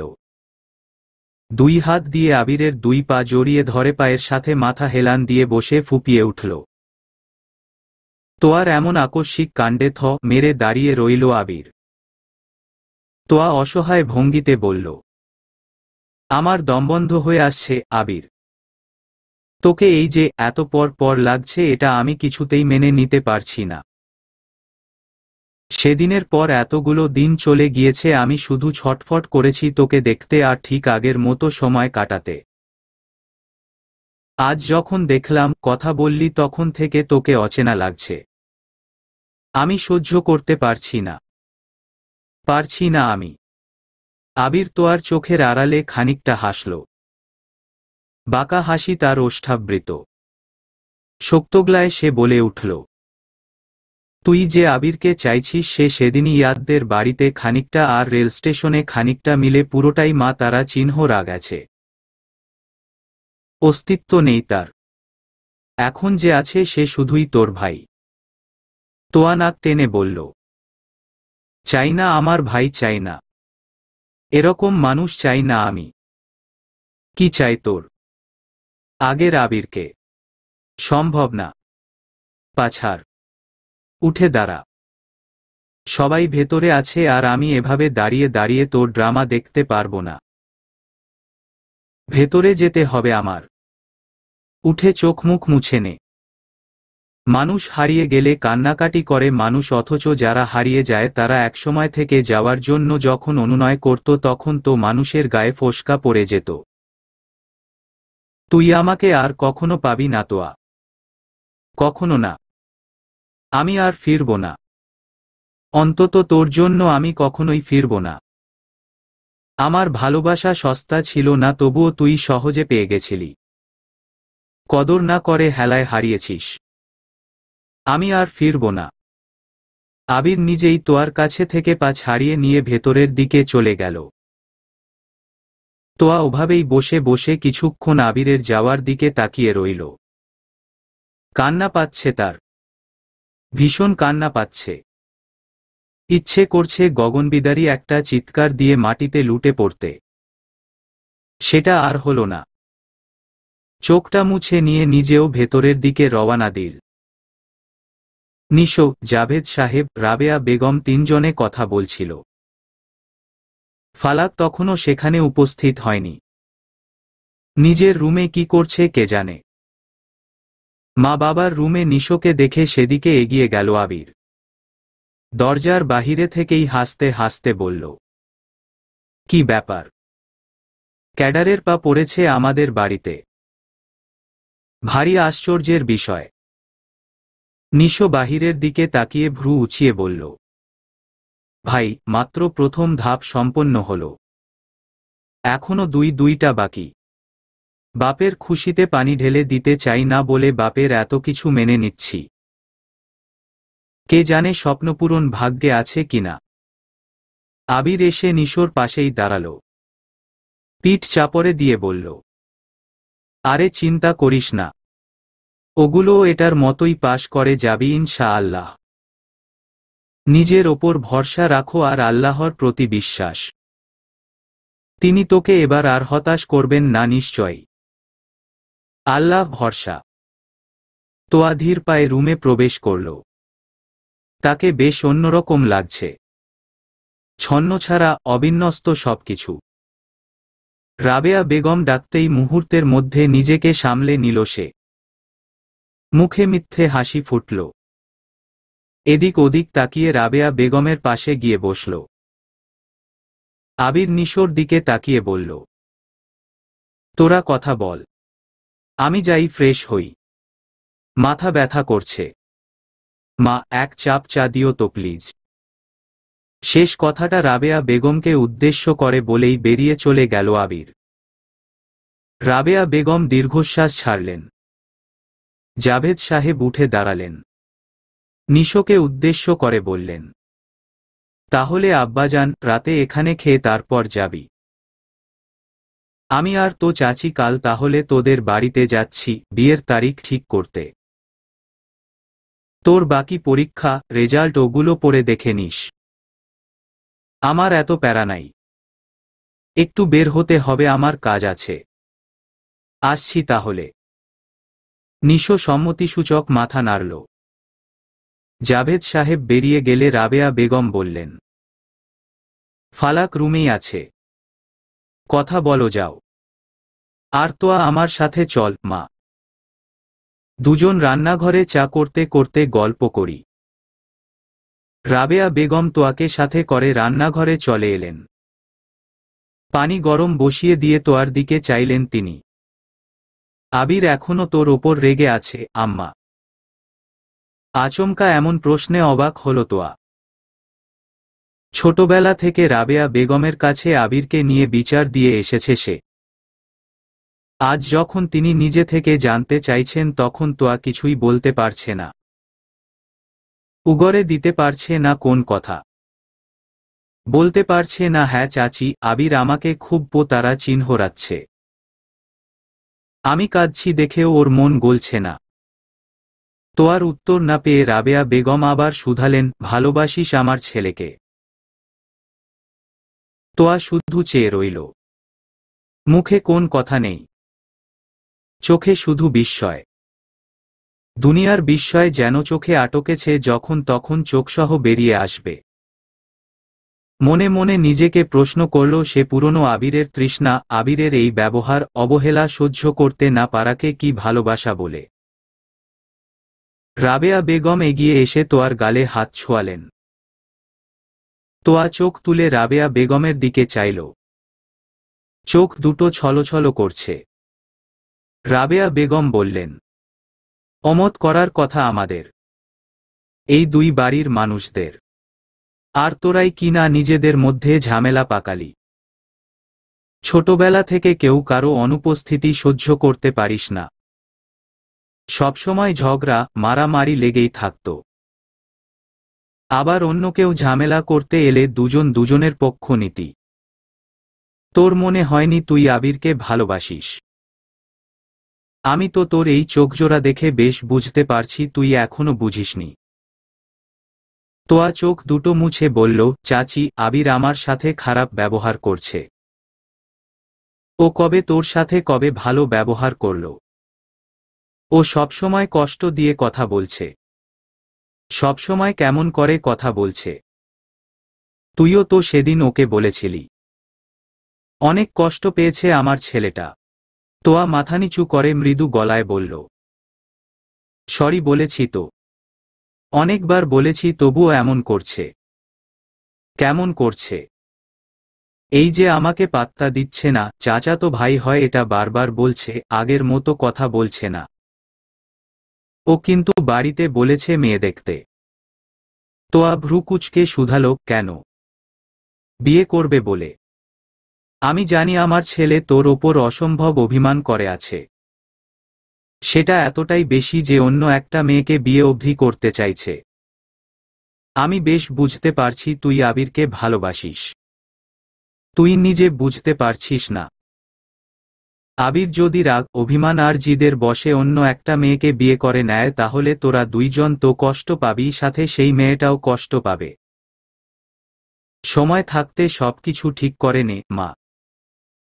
তোয়া কিছু বলল না, শুধু পলকহীন চোখে চেয়ে রইল রাবেয়া বেগমের দিকে, আর মনে মনে অঙ্ক মেলাতে ব্যস্ত হয়ে পড়ল আসলেই সে আবিরকে ভালোবাসে। নিশো ফালাকের রুমের দরজায় নক করল। একবার, দুবার, তিনবার নক করার পরও দরজার ওপাশ থেকে কোন সাড়াশব্দ পাওয়া গেল না। দরজা ঠেলে ভেতরে প্রবেশ করল নিশো। রুমের এ কোণা থেকে ও কোণা কোথাও ফালাক নেই। বাহিরেও নেই, রুমেও নেই, কোথাও নেই। নিশো চেয়ারে গিয়ে বসল। ফালাকের ফোনে কল দিবে তখনই টেবিলের ওপর একটা কাগজ ভাঁজ খুলল নিশো। ভেতরে লেখা, ভ্যানিটি রুমে আসুন। নিশো মুচকি হেসে কাগজটা হাতে নিয়েই পাশের ছোট রুমটার দরজা খুলল। ভেতরে প্রবেশ করতেই দেখল ফালাক জানালার পাশে দাঁড়িয়ে আছে। পরনে সাদা রঙের লং ড্রেস, সাদা ওড়নায় সমস্ত শরীর ঢাকা। নিশোকে আসতে দেখে মুচকি হাসল সে। এগিয়ে এলো নিশোর দিকে। নিশোর ঠিক সামনেটায় এসে দাঁড়ালো সে। নিশোর দিকে মৃদু হেসে শুধাল, আমার রাজ্যে আপনাকে স্বাগতম নিশো সাহেব। নিশো চারদিকে একবার চোখ বুলিয়ে নিল।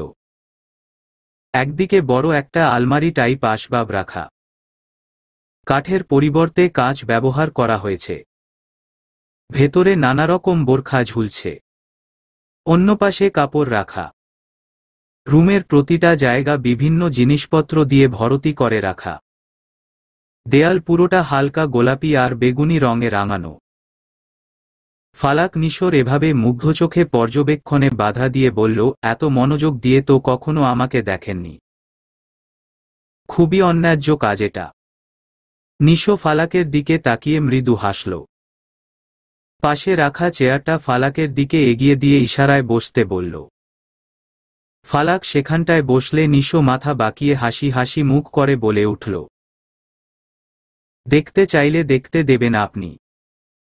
বসে থাকুন তবে এক যুগ। আমি দেখতে থাকি।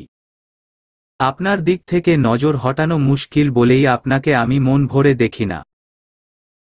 বাহ, এত সুন্দর কথা শিখলেন কবে, সাহেব? কথা শিখতে হয়। সুন্দর মানুষ সামনে থাকলে সুন্দর কথা মুখ দিয়ে আপনা আপনি বেরিয়ে আসে। আচ্ছা, তারপর? ফালাকের দিকে এক পলকে তাকিয়েই নিশো বলতে থাকলো, আরও অনেক কথা বলতে ইচ্ছে করে। কষ্ট করে চেপে রাখতে হয়, মনকে শুধাই, বউকে নিয়ে কি করব, কি ভাবব, কিভাবে ভালোবাসবো, সেটা অন্য মেয়েকে কেন বলতে যাব।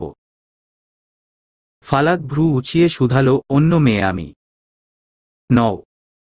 না। কে তুমি? আপনার। কি? আমার কি? আপনার? বলো। আমার কোন পরিচয় নেই আপনার সাথে সময় এগুনোর মতো, কাজিন পরিচয় দিতে ইচ্ছে করছে না। হবু বউ বললে পারতে। লজ্জা পেল ফালাক। লজ্জায় মাথা নুইয়ে ফেলল সে। লজ্জামাখা মুখ দেখে নিশো হো হো করে হেসে উঠল। বেশ কিছুক্ষণ কথা চলল দুজনের মাঝে। কথা বলার এক পর্যায়ে নিশো আলতো গলায় বলে উঠল, একটা কথা বলতে ইচ্ছে করছে। এই যে কণ্ঠনালীতে এসে আটকে আছে। ফালাক বাধা দিয়ে বলল, না, ওটা বলবেন না। একবার বলি। ভালোবাসি বলতে না পারায় ভীষণ যন্ত্রণা। না না না, ওটা আমি এখন কিছুতেই শুনব না। আপনি কথা দিয়েছিলেন ওটা আপনি একমাত্র আপনার বউকে বলবেন। না বলে থাকা মুশকিল। বিয়ে করে নিন জলদি। নিশো ফালাকের দিকে পলকহীন চোখে চেয়ে বলল, তাছাড়া উপায় দেখছি না। বড্ড যা তারা চিহ্ন লাচ্ছ তুমি। রাবেয়া বেগম আবিরের জন্য চা বানিয়ে তোয়ার হাত দিয়ে পাঠিয়েছেন। তোয়া ভয় ভয় চায়ের কাপটা নিয়ে আবিরের রুমে প্রবেশ করল। আবির মাত্রই গোসল শেষ করে বেরিয়েছে। ভালোমতো চুল মুছছিল সে। উন্মুক্ত শরীর। মাথা থেকে দরদর করে পানি ঝরছিল বুক পিঠে। আবিরের দিকে চোখ যেতেই মুহূর্তের মধ্যে তার পিঠের দিকে চোখ আটকে গেল তোয়ার। এক পলকে আবিরের দিকে চেয়ে রইল সে। হঠাৎ মুহূর্তের মধ্যে চোখ নামিয়ে নিল তোয়া। মৃদু গলায় বলল, চা নিয়ে এসেছি। বিদ্যুৎ বেগে পিছনে ঘুরে তাকালো আবির। তোয়াকে দেখে পাশে রাখা কালো রঙের টি শার্টটা পরে নিল সে। এগিয়ে এসে দরজার দিকে দেখে গম্ভীর গলায় বলল, একটা প্রাপ্তবয়স্ক ছেলের ঘরে আসার আগে নক করে আসতে হয়, এই কমন সেন্সটুকু নেই তোর? এখন কি তোকে বাচ্চাদের মতো এটিকেট আর ম্যানার শেখাতে হবে? তোয়া একবার পিছনের দিকে তাকিয়ে দেখে বলল, একটু আস্তে কথা বল। চা দিতে এসেছি। খুন করতে আসিনি আমি। এভাবে চিল্লাবি না। আর রইল রুমে নক করে আসার কথা, তোর রুমে কেন নক করে আসতে হবে? খালি গায়ে চুল মোছার জন্য তোর ওয়াশরুম নেই? নিজেই রুমে এসে এসব করবেন আবার কেউ আসলে তার দোষ? আবির দাঁত চেপে বলল, এটা আমার ব্যক্তিগত রুম তোয়া। রুম ঘুমানোর জন্য, ব্যক্তিগত সময় কাটানোর জন্য, ওয়াশরুমের কাজ রুমে করার জন্য না। তোর সাহস বেড়ে গেছে। অতিরিক্ত কথা শোনাচ্ছিস তুই আমাকে। তোর এই ব্যবহার সহ্য হচ্ছে না আমার। আসিস না কাছে, তাহলেই তো হয়ে গেল। কাছে না, সামনে এসেছি শুধু। চা নিয়ে যা। যে চা তুই ছুঁয়েছিস সেটা আমার লাগবে না। কখনো আমার সামনে আসবি না। আবিরের কথাটা শেষ হতেই শব্দ করে চায়ের কাপটা টেবিলের ওপর রাখল তোয়া। আবিরের দিকে এগিয়ে গিয়ে স্বল্প দূরত্বে ঠিক সামনেটায় দাঁড়াল। মাথা উঁচু করে আবিরের দিকে তাকিয়ে বলল, তোকে ছুঁয়ে দিলেও কি তুই তোকে দিয়ে দিবি আমাকে? দমে গেল আবির। তোয়ার দিকে তাকিয়ে রইল সে। এসব কি বলছে তোয়া? তাকে ভরসা নেই, ছোটবেলা থেকে এই মেয়েকে ভালোভাবে চিনে সে। জিদের বশে যা ইচ্ছে করে ফেলতে পারে ভেবেই তাকে ইগনোর করার চালটা চেলেছিল আবির, কিন্তু তার চালের ফলাফল এত তীক্ষ্ণ হবে সেটা আন্দাজ করেনি সে। শুকনো ঢোক গিলল আবির। তারপর মেকি রাগ দেখিয়ে বলল, অসভ্য মেয়ে মানুষের মতো কথা বলবি না তোয়া। এসব ভালো ফ্যামিলির মেয়েরা বলে না। তোয়া চোখ মুখ শক্ত করে বলল, আমি বলি? আমি অসভ্য? গায়ে পড়া মেয়ে মানুষ। ছেলে মানুষের উন্মুক্ত শরীর দেখলেই ঝাঁপিয়ে পড়তে ইচ্ছে করে। অসভ্য যেহেতু হয়েছি সেহেতু অসভ্যতা তো করতেই হবে। ভদ্রতা দেখিয়ে দেখেছি মানুষ পাত্তা দেয় না। দরজার দিকে ইশারা করে আবির বলে উঠল, দরজা ওদিকে। বেরিয়ে যা এক্ষুনি। আমার চোখের সামনে থেকে বেরিয়ে যা, নইলে কিন্তু আমি তোর গায়ে হাত তুলতে বাধ্য হব। তোয়া ভাঙা ভাঙা গলায় বলল, তোর অবহেলা আমি সহ্য করতে পারছি না। তোর পরিবর্তন আমি মেনে নিতে পারছি না। মরে যেতে ইচ্ছে করছে আমার। ছোটবেলা থেকে এখন অবধি যারা আমাকে কষ্ট দিয়েছে তাদের ছায়াও মারাইনি আমি, কিন্তু তোর এই ব্যবহার আমি কিছুতেই সহ্য করতে পারছি না, আবার দূরেও থাকতে পারছি না। তোর অবহেলা যেন চুম্বকের মতো টানছে আমাকে। মনটা ছটফট করছে। আহত হতে বারবার তোর কাছেই ছুটে আসছি মনে অন্য কিছু পাবার আশায়। মিলছে না, কিছুতেই শান্তি মিলছে না আমার। আমি টিনেজার মেয়েদের মতো আচরণ করছি। কান্না পাচ্ছে আমার। আমার চোখের পানি তোকে স্পর্শ করছে না দেখে মরে যেতে ইচ্ছে করছে। বারবার প্রত্যাখ্যান সহ্য হচ্ছে না, তবুও তুইই যেন গন্তব্য। আমি পারছি না আবির। আমার কষ্ট হচ্ছে। আমি তোর থেকে দূরে থাকতে পারছি না। আমি কষ্ট সহ্য করতে পারছি না। শুনতে পাচ্ছিস তুই? তোয়া পরক্ষণেই তাড়াহুড়ো করে অবিন্যস্তভাবে নিজের চোখ, গাল, মুখ মুছে নিল। নিজেকে ধাতস্থ করতে বার কয়েক শ্বাস প্রলম্বিত করল। আবিরের মুখে কোন কথা নেই। সে এক পলকে অন্যমনস্ক হয়ে তোয়াকে দেখে যাচ্ছে। এতদিন তো সে এটাই চেয়েছিল। সে মনে মনে চেয়েছিল তোয়া তাকে পেতে ছটফট করুক, বুঝুক সেও ভালোবাসে। নিজের ভালোবাসার মানুষের সাথে দূরত্ব সহ্য করা যায় না। নিজের জন্য প্রিয় মানুষের করা এটুকু পাগলামিতে মন ভরল না আবিরের। নিজের মেকি চরিত্রে অটল রইল সে। বলল, তোয়া, বেরিয়ে যা। তোকে বের করে দিতে আমার ভালো লাগবে না। নিজ থেকে চলে যা। তোর এসব কথা, কান্না আসলেই আমাকে আর স্পর্শ করে না। তোর প্রতি আমার আর একটুও ভালোবাসা অবশিষ্ট নেই। তুই তোর পছন্দের মানুষের সাথে ভালো থাকিস, দোয়া থাকবে। তোয়া এবার সবরকম বাধা বিপত্তি পেরিয়ে হিংস্র সিংহীর ন্যায় আবিরের ওপর ঝাঁপিয়ে পড়ল। টি শার্টের কলার চেপে ধরে মারি শক্ত করে বলে উঠল, তোকে চাই আমার। তোকেই চাই। আমি কিচ্ছু জানি না আর। তোকে চাই আমার। তোকেই চাই। আমি কিচ্ছু জানি না আর। কথাটা বারবার আবিরের কানে বাজছে। ঘন ঘন শ্বাস ফেলছে সে। বুকটা ওঠানামা করছে। চোখে প্রবল আস্থা। বিশ্বাস করতে চাইছে সে তোয়াকে। বিশ্বাস করতে বাধ্য মনে হচ্ছে নিজেকে। নিজেকে অশান্ত লাগছে তার। বুকটা খা খা করছে। তোয়া তখনও আবিরের টি শার্ট ধরে আছে। দুজনের শ্বাস প্রশ্বাস যেন মিলেমিশে একাকার হয়ে যাচ্ছে। আবির চোখে সরাতে পারছে না তোয়ার ওপর থেকে। তোয়ার চোখও আবিরের চোখে নিবন্ধ। তুই বললি না আমার ছোঁয়া জিনিস তোর লাগবে না। এবার তোকে দিয়ে দে প্লিজ। হঠাৎ কথাটা বলেই আবিরের ঠোঁটে ঠোঁট ডুবালো তোয়া। সবচেয়ে আশ্চর্যজনক কাজটা সে বিনা অনুমতি আর বিনা নোটিশে করে ফেলল। মুহূর্তের মধ্যে কি হয়ে গেল সেটা বুঝতে সময় লাগলো আবিরের। শ্বাস প্রশ্বাসের গতি কমল দুজনের। দুই জোড়া চোখ নিমিষেই অন্ধকারে ডুব দিল। তোয়ার দুই হাত আবিরের টি শার্ট ছেড়ে গালের দুই পাশ স্পর্শ করল। সময় খুব বেশি অতিবাহিত হল না। আবিরের শতবিত ফিরতেই এক ধাক্কায় সরিয়ে দিল তোয়াকে। তোয়া আবিরের কাছে থেকে ছিটকে গিয়ে দূরে দাঁড়াল। এতটা সে কিছুতেই আশা করেনি আবির। এত পাগলামি সে চিন্তাও করেনি।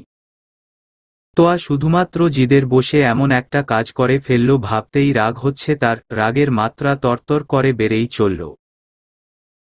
নিজেকে নিয়ন্ত্রণ করতে না পেরে শরীরের সমস্ত শক্তি দিয়ে তোয়ার গালে চড় বসিয়ে দিল। আকস্মিক এমন কাণ্ডে ব্যথায় বেদনাদায়ক চিৎকার করে উঠল তোয়া। গালে হাত দিয়ে অবাক চোখে আবিরের দিকে তাকালো সে।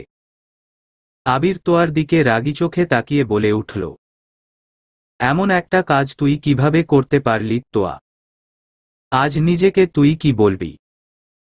সেদিন ট্রেনে আমি শুধু বলেছিলাম, মুখ দিয়ে শুধু উচ্চারণ করেছিলাম, তাতেই তোর ব্যবহারের কথাটা মনে করে দেখ।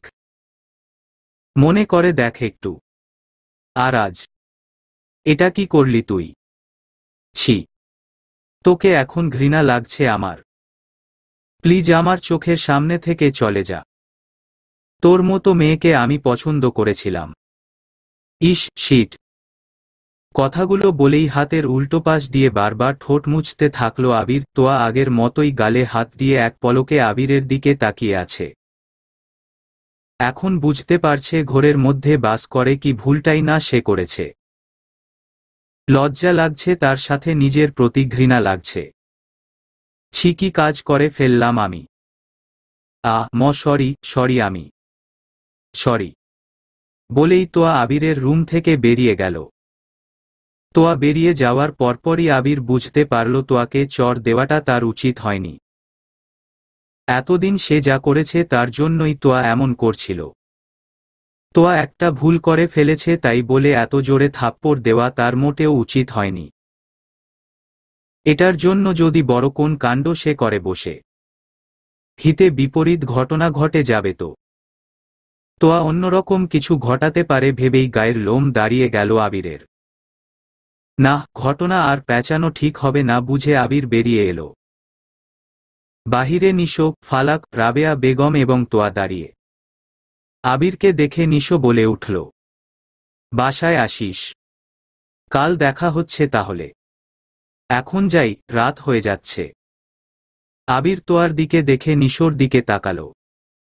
আমতা আমতা করে বলল, নিশো, তোয়ার সাথে একটু দরকার আছে। তুই যা। আমি ঘণ্টাখানেকের মধ্যে ওকে রেখে আসব, আমি নিজেই রেখে আসব। নিশো তোয়ার দিকে তাকালো। তোয়া শান্ত, স্থির হয়ে দাঁড়িয়ে আছে। মুখটা মলিন, সেটা নিশো দেখেই বুঝতে পারল। নিশোর চোখে চোখ পড়তেই তোয়া বলল, ভাইয়া, ভালো লাগছে না। বাড়ি যাব আমি। নিশো কি বলবে বুঝতে পারছে না। সে একবার আবির আর আরেকবার তোয়ার দিকে দেখছে। নিশোকে চুপ থাকতে দেখে আবির আবার বলে উঠল, প্লিজ নিশো, একটা ভরসা রাখো আমার ওপর। আমি ওকে রেখে আসব। ভরসা করিস তো আমার ওপর, তাই না? আবির থামতেই তোয়া আবার বলে উঠল, আমি বাড়ি যাব। নিশো তোয়ার দিকে এগিয়ে এসে তোয়ার মাথায় হাত রাখল। হাত বুলিয়ে দিয়ে বলল, দুজন একটু কথা বলে মান অভিমানের পর্ব মিটিয়ে নে। ও বাসায় দিয়ে আসবে। আমি আসছি। নিশো রাবেয়া বেগম এবং ফালাককে বলে বেরিয়ে গেল। ফালাক আর রাবেয়া বেগম তখনও চুপচাপ আবিরের দিকে তাকিয়ে আছে। আবির রাবেয়া বেগমকে উদ্দেশ্য করে বলল, তোয়ার সাথে আমার কথা আছে মা। রাবেয়া বেগম বুঝলেন এবার হয়তো সব ঠিকঠাক হয়ে যেতে পারে। তিনি আর কথা না বাড়িয়ে ফালাককে নিয়ে নিজের ঘরের দিকে পা বাড়ালেন। তোয়া ঠিক আগের মতোই দাঁড়িয়ে ছিল সেখানটায়। শুধু একটাই পার্থক্য, পূর্বে সবার থেকে নিজের কষ্ট আড়াল করে রেখেছিল আর এখন সেটা আহ্লাদী হয়ে শ্রাবণের বারিধারার রূপ নিয়েছে। আবির এগিয়ে এসে তোয়ার হাত ধরতেই তোয়া হাত ছাড়িয়ে নেওয়ার চেষ্টা করল, কিন্তু আবিরের সাথে সে পেরে উঠল না। আবির শক্ত করে হাতটা ধরে বলল, রুমে আয়, কথা আছে। তোয়া ভারী গলায় বলল, বাড়ি যাব আমি। আবির তোয়াকে অবাক করে দিয়ে মুহূর্তের মধ্যে কোলে তুলে নিল। পড়ে যাওয়ার ভয়ে সাথে সাথে আবিরের টি শার্ট খামচি দিয়ে ধরল তোয়া। নামার জন্য নড়াচড়া করতে থাকলে এক ধমকে থামিয়ে দিল আবির। নিজের রুমে প্রবেশ করে কোলে থেকে তোয়াকে নামালো সে। দরজা আটকে আবার তোয়ার হাত ধরে বিছানার দিকে নিয়ে গেল। তোয়ার দুই বাহু ধরে বিছানায় বসিয়ে দিল। নিজে একটা চেয়ার টেনে তোয়ার সামনে বসল সে। তোয়ার চোখ আর গাল মুছে দিল আবির। বামগালে হাতের স্পর্শ পেতেই আহ শব্দ করে উঠল তোয়া। সাথে সাথে হাত সরিয়ে নিল আবির। নর্মস্বরে বলল, খুব জোরে লেগেছে তখন। সরি। আবিরের ভিন্ন সুরে কথা শুনে তোয়া আবিরের দিকে তাকাল। আবির আবারও আদুরে গলায় বলল, সরি। আর কখনো এমন হবে না। খুব বেশি জোরে মেরেছি তাই না? তোয়া সহসা বলে উঠল, জোরে মারলে জোরে লাগবে না। মেরে আবার এখন দরদ দেখাতে এসেছিস?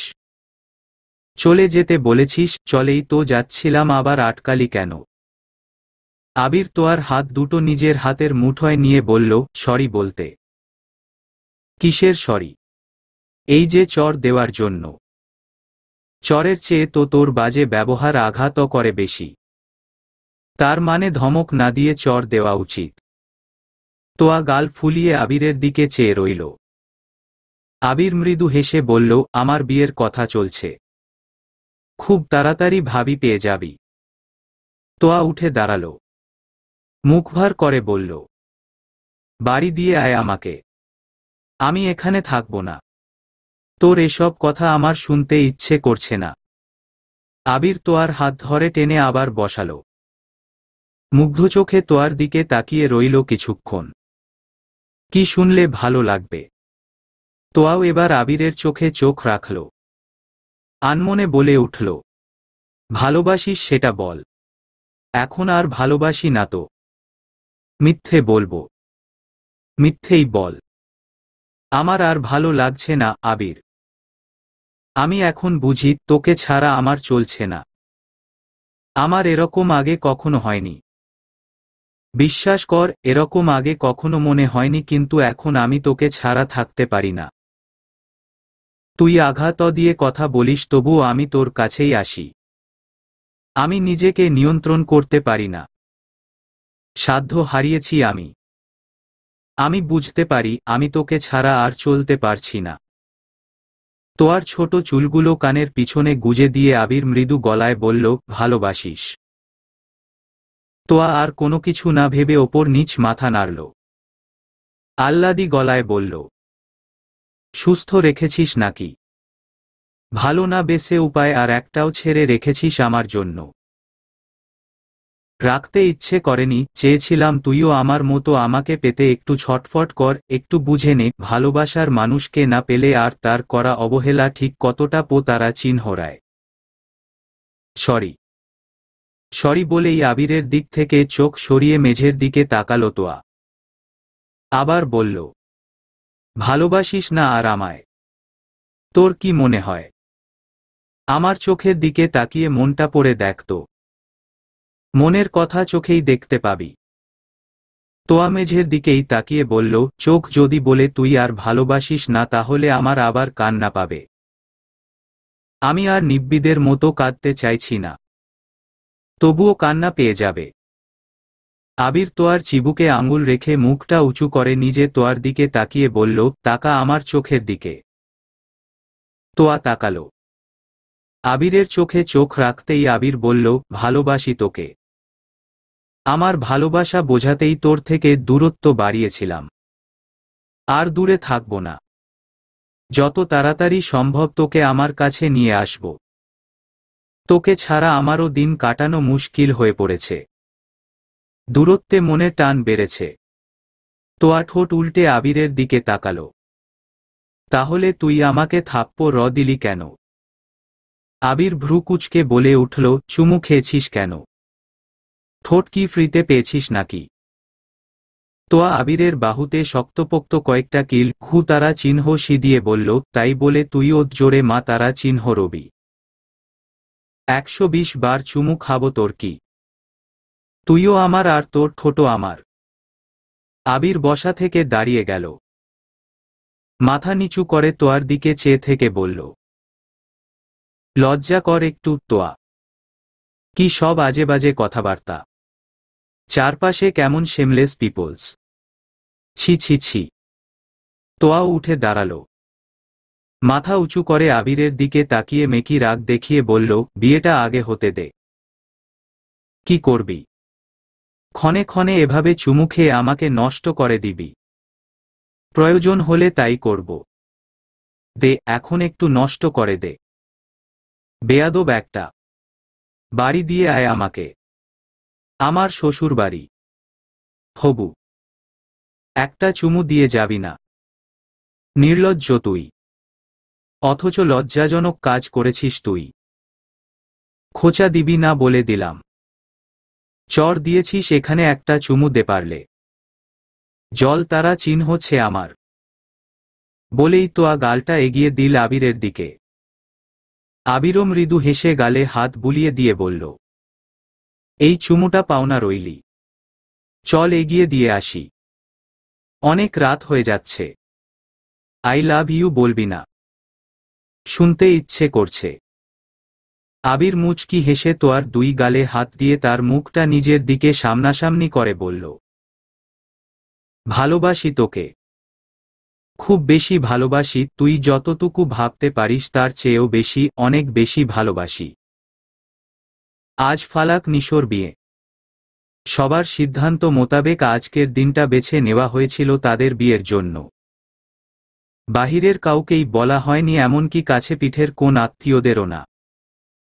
বিয়েটা একদম শুধু দুইটা পরিবারের মানুষের সামনেই হবে। গতকাল শুধু নিশো ফালাককে নিয়ে বেরিয়েছিল একটা লাল টকটকে শাড়ি কিনতে। ফালাকের পছন্দমতো শাড়ি কেনা হলে দুজন আবার আগের মতো দুজনের বাড়িতে। কথা হয়েছে আপাতত ফালাক নিজের বাড়িতেই থাকবে। কিছুদিন গেলে আবির আর তোয়ার সাথেই বিয়ের অনুষ্ঠান করে বর্ষর আয়োজন করে তাদের ঘরে তোলা হবে। জাফর সাহেবের কথায় কেউ আপত্তি করেনি। সন্ধ্যা পরপরই আবির গেল জাফর সাহেব এবং নিশোকে তাদের বাড়িতে আনতে। বাড়িতে এসে দেখল সবাই তৈরি হলেও তোয়া এখনো তৈরি হয়নি। রুম্পা বেগম তৈরি হয়ে জাফর সাহেবের সাথে কথা বলায় ব্যস্ত। আবির ঘর থেকে বেরিয়ে সোজা তোয়ার ঘরে নক করল। ভেতর থেকে তোয়ার গলা ভেসে এলো, কে? এসো। আবির দরজা ঠেলে ভেতরে প্রবেশ করল। সামনের দিকে তাকাতেই দেখল তোয়া আয়নার সামনে দাঁড়িয়ে আছে। পরনে হালকা গোলাপি রঙের জামদানি শাড়ি। চুলে খোপা করে কাঁধের ওপর ফেলে রাখা হয়েছে। সাদা রঙের ব্লাউজের সাথে হালকা গোলাপি রঙের শাড়ি যেন আলাদাভাবে সৌন্দর্য বাড়িয়ে দিয়েছে। তোয়া আয়নার দিকে তাকিয়ে খুব মনোযোগ সহকারে চোখে আইলাইনার দিচ্ছে। কোন দিকে তার খেয়াল নেই। একটু নড়াচড়া করলেই লাইনার ঘেটে ঘ হয়ে যাবে ভেবে খুব সাবধানের সাথে কাজটা করছে তোয়া। আবির এসে তোয়ার থেকে কিছুটা দূরে বিছানায় গিয়ে বসল। তোয়া ব্যস্ত দেখে কোন কথা না বলে চুপচাপ তাকে দেখতে থাকল সে। মিনিট দুয়েক লাগলো চোখে লাইনার দিতে। পাশে রাখা ছোট ফ্যানটা অন করে মুখে বাতাস নিতে থাকল। যখন বুঝল নষ্ট হওয়ার ভয় নেই তখন ছোট ছোট চোখে আবিরের দিকে তাকাল। মৃদু হেসে বলল, কেমন লাগছে আমাকে? আবির সহসা বলে উঠল, প্রিন্সেস লাগছে। ইচ্ছে করছে আজই বিয়ে করে সাদা রঙের ঘোড়ায় চড়ে তোকে নিয়ে দূর দূরান্তে পাড়ি জমাই। ভরসা করে যাবি না আমার সাথে? তোয়া আবিরের চোখে চোখ রেখে মৃদু গলায় বলল, তোর সাথে যে পথে পাড়ি জমাবো সে পথের শেষটা প্রাপ্তি না লেখা থেকে যদি মৃ তারা চিহ্ন তু লেখা থাকে আমি তবুও যেতে চাই। প্রাপ্তি বা মৃত্যু সবেতেই শুধু তোকে লাগবে আমার, শুধু তোকে। আবির মুচকি হাসল। দরজার দিকে একটু উকি দিয়ে দেখে উঠে দাঁড়াল। তোয়ার কাছাকাছি এসে ঠিক সামনেটায় দাঁড়ালো। দুজনে কাছাকাছি, অনেক বেশি কাছাকাছি। তোয়া আবিরের চোখের দিকে তাকিয়ে আছে। আবিরও ঠিক একইভাবে তোয়ার চোখের দিকে দৃষ্টি নিবদ্ধ রেখেছে। সামনের ছোট চুলগুলো কানের পিঠে গুজে দিয়ে বলল, আজ বিয়েটা করে নিলে ভালো হতো না? এত সুন্দর সাজ মিস করে যাব। মিস করবি কেন? দেখছিস তো, একটু জড়িয়ে টড়িয়ে না ধরলে চলে নাকি? এই ধর, একটু কাছাকাছি এলাম, জড়িয়ে ধরলাম, একটু হাতটা ছুলাম, হাত, গাল, কপাল, ঠোঁটে চুমু খেলাম। আবির কথাটা শেষ করতেই মেকি রাগ দেখিয়ে পেটে ঘু তারা চিহ্ন দিয়ে বলল, এই শোন, একদম নোংরা অশ্লীল কথাবার্তা বলবি না। ট্রেনে কিভাবে জব্দ করেছিলাম ভুলে গেছিস? আবার কিন্তু। তোয়াকে কথা শেষ করতে না দিয়ে সবচেয়ে আশ্চর্যের কাজটা করে বসল আবির। তড়িৎ বেগে তোয়ার গালে চুমু দিয়ে দূরে সরে গেল। তোয়া আশ্চর্যের শেষ সীমানায় পৌঁছল। হা করে আবিরের দিকে তাকিয়ে রইল। আবির মুচকি হেসে বলল, এবার কি করবি কর। শোধ নিবি? একটা দিয়েছি, তোর দুটো দিয়ে জিততে হবে। হারামি একটা। বাহিরে আছি, যান। তাড়াতাড়ি এসো। আজ প্রয়োজন অবিবাহিতা থেকে বিবাহিতা ট্যাগ লাগিয়ে দিতে সাহায্য করছি। তোয়াকে আর কিছু বলতে না দিয়ে রুম থেকে বেরিয়ে গেল। তোয়া আবিরের যাওয়ার দিকে একভাবে তাকিয়ে মৃদু হাসল শুধু। প্রেমের বহিঃপ্রকাশ আর ভিন্ন কি হতে পারে? ফালাক নিশোর বিয়ে সম্পন্ন হল রাত 10টার দিকে। বাহিরের রুমে বসে সবাই তখনও গল্প করছে। মায়ের পাশে বসে আছে ফালাক। খয়েরি রঙের একটা জামদানি শাড়ি পরেছে সে। একই রঙের ব্লাউজ। গায়ের ফর্সা রংটা যেন আরও টকটকে রং ধারণ করেছে। ঠোঁটে হালকা একটা রঙের লিপস্টিক, চোখে গাঢ় করে কাজল দেওয়া। কানে, গলায়, নাকে, কপালে স্বর্ণের অলংকার জ্বলজ্বল করছে। নারীর শরীরের সৌন্দর্য যেন স্বর্ণের গহনাতেই বেড়ে যায়। ফালাকের বেলাতেও সেটা। নাকে মোটা একটা নথ, ফালাককে ঠিক কতটা সুন্দর লাগছে সেটা নিশোর বারবার তাকানোটাই বুঝিয়ে দিচ্ছে। সবার কথাবার্তার মাঝে সে কিছুক্ষণ পরপর ফালাককে চোরা নজরে দেখে যাচ্ছে। রাত 11টা ছুঁই ছুঁই। তোয়া হাই তুলে রুম্পা বেগমকে উদ্দেশ্য করে বলল, মা, অনেক রাত হয়ে গেছে। এটা তোমার বা আমার শ্বশুরবাড়ি না। ভাইয়ার শ্বশুরবাড়ি। ও থাকুক। চলো আমরা বাড়ি যাই। আমার ঘুম পাচ্ছে। রাবেয়া বেগম সামনের সোফা থেকে হেসে বললেন, মুখ ফুটে একবার আমার ছেলেটা বললে আজ এটা তোরও শ্বশুরবাড়ি হয়ে যেত, মা। চিন্তা করিস না, খুব তাড়াতাড়ি এ বাড়িতে নিয়ে আসবো তোকে। একদিনেই দুটো ছেলে মেয়েকে বিয়ে দিলে আনন্দটা একদিনই করতে হতো, এখন 2টা দিন পাবো। তোয়া মুখ গোমরা করে আবিরের দিকে তাকিয়ে বলল, আমি কি আমার বিয়ের কথা বলেছি নাকি? আমার ঘুম পেয়েছে সেটা বললাম। আমি বিয়ে করতে না পেরে মরে যাচ্ছি না। আর কিছুদিন শান্তিতে থেকে নিই। রাবেয়া বেগম আবার বলে উঠলেন, আমার ছেলেকে বিয়ে করলে অশান্তিতে থাকবে না। সবার কথা চলল আরও কিছুক্ষণ। শেষ পর্যায়ে জাফর সাহেব বলে উঠলেন, আজকের মতো উঠি, আসলেই অনেক রাত হয়ে গিয়েছে। জাভেদ সাহেব ঘড়িতে সময় দেখলেন। 11:30 বাজে। তিনি আর আটকালেন না। জাফর সাহেব উঠে দাঁড়ালে তিনিও উঠে ভাইয়ের সাথে কোলাকুলি করে বললেন, তোমার ছেলেটা তাহলে আজ আমার বাড়িতে রইল, ভাই। আবির তোমাদের এগিয়ে দিয়ে আসুক। আবির সবাইকে বাড়িতে পৌঁছে দিতে বের হল। রাতের অন্ধকার আকাশ চাঁদের আলোতে আলোকিত হয়ে উঠেছে। চাঁদের চারপাশে বেশ কিছুটা জায়গায় আলো ছড়িয়ে ছিটিয়ে রয়েছে। জাফর সাহেব এবং রুম্পা বেগম আগে আগে হাঁটছেন। দুজনে বিভিন্ন কথাবার্তায় ব্যস্ত। আবির আর তোয়া পিছন পিছন হাঁটছে। বাড়ির ঠিক সামনে এসে তোয়াকে গেইট আটকাতে বলে রুম্পা বেগম এবং জাফর সাহেব ভেতরে চলে গেলেন। তোয়া আবিরের থেকে বিদায় নিয়ে বলল, সাবধানে বাড়ি যা। ফিরে আমাকে নক করিস। আমি অনলাইনে থাকব। সোজা বাড়ি চলে যাবি।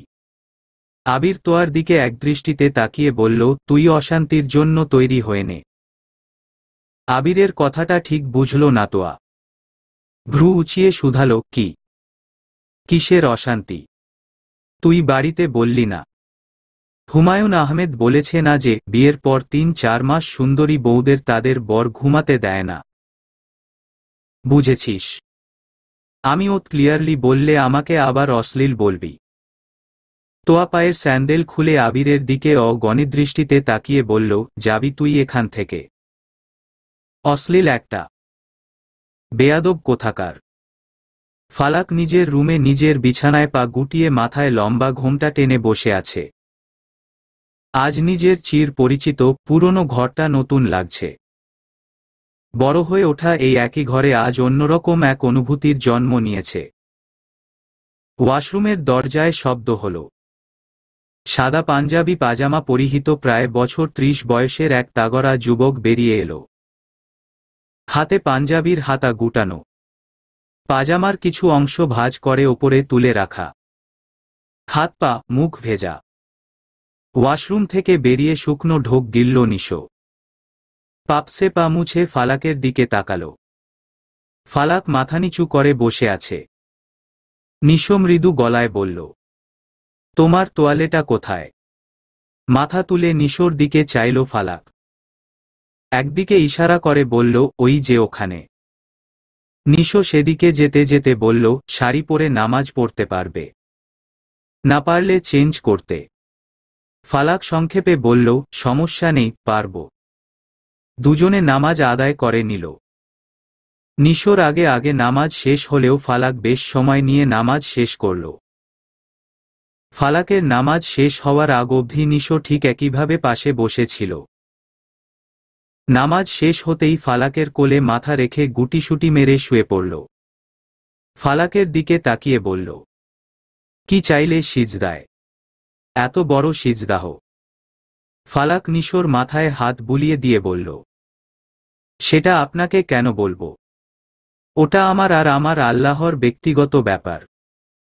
নিশো মুখে হাসি ফুটিয়ে বলল, আমাদের ব্যক্তিগত কথা শুরু হবে না। ফালাক নড়েচড়ে বসল। জায়নামাজ কিছুটা গুছিয়ে বলে উঠল, সরুন, উঠুন তাড়াতাড়ি। নিশো উঠে বিছানায় গিয়ে বসল। ফালাক জায়নামাজ দুটো ভাঁজ করে তাকে রেখে দিল। মাথার ওড়নাটা খুলে আয়নার সামনে দাঁড়িয়ে চুলের খোপাটা খুলে ফেলল। নিশোর দিকে এগিয়ে এসে বলল, একটা সাহায্য করবেন? নিশো ভ্রু উঁচিয়ে ইশারায় জানতে চাইল। ফালাক বলল, চেঞ্জ করব। শাড়ির আঁচলের দিকের অংশটা পিঠের দিকে সেফটিপিন দিয়ে আটকানো। আমি হাতে নাগাল পাচ্ছি না, একটু খুলে দেবেন? ফালাকের কথা শুনে অবাক হয়ে তার দিকে তাকিয়ে রইল নিশো। নিশোকে এভাবে তাকিয়ে থাকতে দেখে ফালাক আমতা আমতা করে বলল, খুলে দেবেন না? মা, কাছে যাব। শুয়েছে হয়তো, আমি হেল্প করছি। বলেই উঠে দাঁড়ালো নিশো। ফালাকের পিছন দিকে গিয়ে দাঁড়ালো। পিঠ কোমর ছাড়িয়ে হাঁটু পেয়ে যাওয়া চুলগুলো আলতো স্পর্শে সরিয়ে দিল নিশো। খোলা পিঠে এই প্রথম কোন পুরুষের স্পর্শ পেয়ে পুরো শরীরটা যেন একটা ঝাঁকুনি দিয়ে উঠল। চোখ বন্ধ করে নিয়ে ঢোক গিলল ফালাক। নিশো সেফটিপিনের অংশ খুঁজে বের করল। পিঠের দিকে ব্লাউজের নিচের অংশ শাড়ির একাংশ আটকে রাখা। খুব সাবধানে শাড়ির আঁচলের নিচের অংশটা আলগা করল নিশো। খয়েরি রঙের ব্লাউজে ফালাকের শরীরটা যে আরও বেশি আকর্ষণীয় হয়ে উঠেছে সেটা গভীরভাবে উপলব্ধি করতে পারল নিশো। খোলা পিঠ তাকে বারে বারে আকর্ষণ করছে। বারবার শ্বাস ফেলছে নিশো। কম্পনরত হাতটা ফালাকের পিঠে ছোঁয়ালো সে। হাত মুষ্টিবদ্ধ হয়ে এলো ফালাকের। চোখ খিচে আবারও বন্ধ করে নিল, তারও শ্বাস ঘন ঘন ফেলছে। ফালাককে অবাক করে দিয়ে প্রায় উন্মুক্ত পিঠে ঠোঁট ছোঁয়ালো নিশো। বিদ্যুতের ঝটকার মতো নিশোর দিকে ঘুরল ফালাক। নিশোর দিকে ধীরে ধীরে তাকালো। নিশোর চোখে যেন নেশা। ছোট হয়ে এসেছে চোখ দুটো। ফালাকের মুখের দিকে তাকিয়ে বলে উঠল, কি হলো? ফালাক নিশোর দিকে তাকিয়ে মৃদু গলায় বলল, চেঞ্জ করে আসি। ফালাকের কথায় প্রত্যুত্তর করল না নিশো। নিজমনেই পাঞ্জাবির পকেট থেকে দুটো গোলাপ বের করল, একটা হলুদ আর আরেকটা লাল। ফালাকের দিকে এগিয়ে দিয়ে বলল, ফালাক, আজ তোমাকে পেয়ে যাওয়ার রাত। এই রাতে স্ত্রীকে কিছু একটা উপহার দিয়ে তাকে ছোঁয়ার অধিকার চেয়ে নিতে হয়। আমি তো বেকার।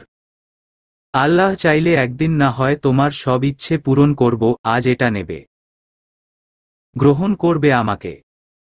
ফালাক মৃদু হাসল, শান্তি লাগছে তার। হাত বাড়িয়ে গোলাপটা নিয়ে বলল, এতদিন একটা কথা বারবার বলতে চেয়েছিলেন, আজ শুনতে ইচ্ছে করছে, ভীষণ শুনতে ইচ্ছে করছে। বলবেন? নিশো এগিয়ে এলো, ফালাকের সামনে দাঁড়িয়ে কোমরে হাত রেখে কাছে টেনে নিল। চিবুকে হাত রেখে ফালাকের মুখটা নিজের সবচেয়ে কাছে নিয়ে কানের কাছে মুখ নিয়ে ফিসফিস করে বলল, ভালোবাসি, ভালোবাসি, ভালোবাসি। বুকটা কেঁপে উঠল ফালাকের। এই শব্দটা অদ্ভুত অনুভূতির সৃষ্টি করল। খামচে ধরল নিশোর পাঞ্জাবির বুকের অংশ। চোখ বন্ধ করে প্রাণহীন রোবটের মতো দাঁড়িয়ে রইল। নিশো সোজা হয়ে ফালাকের দিকে তাকিয়ে রইল, চোখ দুটো সমস্ত মুখটাকে পর্যবেক্ষণ করে ঠোঁটে এসে পৌঁছল। দুই হাত দিয়ে ফালাকের মুখটা আলগোছে স্পর্শ করে ঠোঁটের দিকে অগ্রসর হল। মিলল অধরে অধর। বাঁধন শক্ত হল, থেমে গেল যেন রতারা চিহ্নকোক্ত সঞ্চালন। সমস্ত শরীরে এসে বাড়ি খেল শীতল হাওয়া। সূচনা হল নতুন অধ্যায়ের। একে অন্যকে পাওয়ার আগ্রহ তীব্র থেকে তীব্র হল। নিজেদের অপরজনকে উদ্দেশ্য করে বাড়িয়ে দিল আরও এক ধাপ। এ রাতে দুটো প্রাণ যেন জান্নাতি আরও একটা সম্পর্কের উত্থান ঘটাল। মন ছুল মনকে আর শরীর, শরীর পেল শরীরকে। রাত বাড়ার সাথে সাথে একে অপরকে পাওয়ার উন্মাদনা বাড়তে থাকলে সাক্ষী হল একটা অন্ধকার রাত আর রাতের আকাশে অবস্থানরত আলো ছড়ানো চাঁদ। সাঁঝের পর এই রাতে শুরু হলো আরও একটা গল্প। এ গল্পে দুটো প্রাণ উচ্ছ্বসিত হয়ে সময়ের সাথে তাল মেলালো, বেপরোয়া হয়ে উঠল একে অপরকে পেতে। এ রাতটা তাদের, শুধুমাত্র তাদের। এ রাত ভালোবাসার আর একটা নারীর অপেক্ষার অবসানের। এ রাত দুটো মন আর শরীরের পূর্ণতার। এ রাতের গভীরতার সাথে সবার অলক্ষ্যে ভালোবাসাও গভীর হোক। বাবা, আমি যদি তোয়াকে নিয়ে পালিয়ে এসেছি। ওর ইচ্ছে ছিল পালিয়ে বিয়ে করার। আমরা যদি এখন বিয়ে করে বাসায় ফিরি তাহলে কি তুমি আমাদের বাসা থেকে বের দেবে? সন্ধ্যা 6টা। কাজী অফিসে পাশাপাশি বসে আছে আবির আর তোয়া। নিজেদের দুজন দুজন করে সাক্ষীও রেখেছে তারা। বিকেলের দিকে তোয়া যখন আবিরের সাথে ফোনে কথা বলছিল তখন আবির হঠাৎ জিজ্ঞেস করে, তোর না পালিয়ে বিয়ে করার ইচ্ছে ছিল, পালাবি? তোয়া চাপাস্বরে বলল, সবাই তো মেনে নিয়েছে। পালাবো কেন তাহলে? কেন আবার? ইচ্ছে পূরণ করতে। তুই একটা শাড়ি পরে লুকিয়ে বাড়ি থেকে বেরিয়ে আয়, কেউ যেন টের না পায়। আমি বাহিরে অপেক্ষা করব। আজই আমরা বিয়ে করব। তোয়া আতকে উঠল যেন। উঁচুস্বরে বলে উঠল, পাগল তুই? আসবি কি না ভেবে বল। এই অফার আমি তোকে বারবার দিব না। বউ সাজব না আমি। পরে তো সাজবি, কিন্তু এই সুযোগ আর পাবি না। তোয়া কিছুক্ষণ চুপ থেকে বলল, কোন রঙের শাড়ি পরব? লাল টকটকে রঙের। আচ্ছা।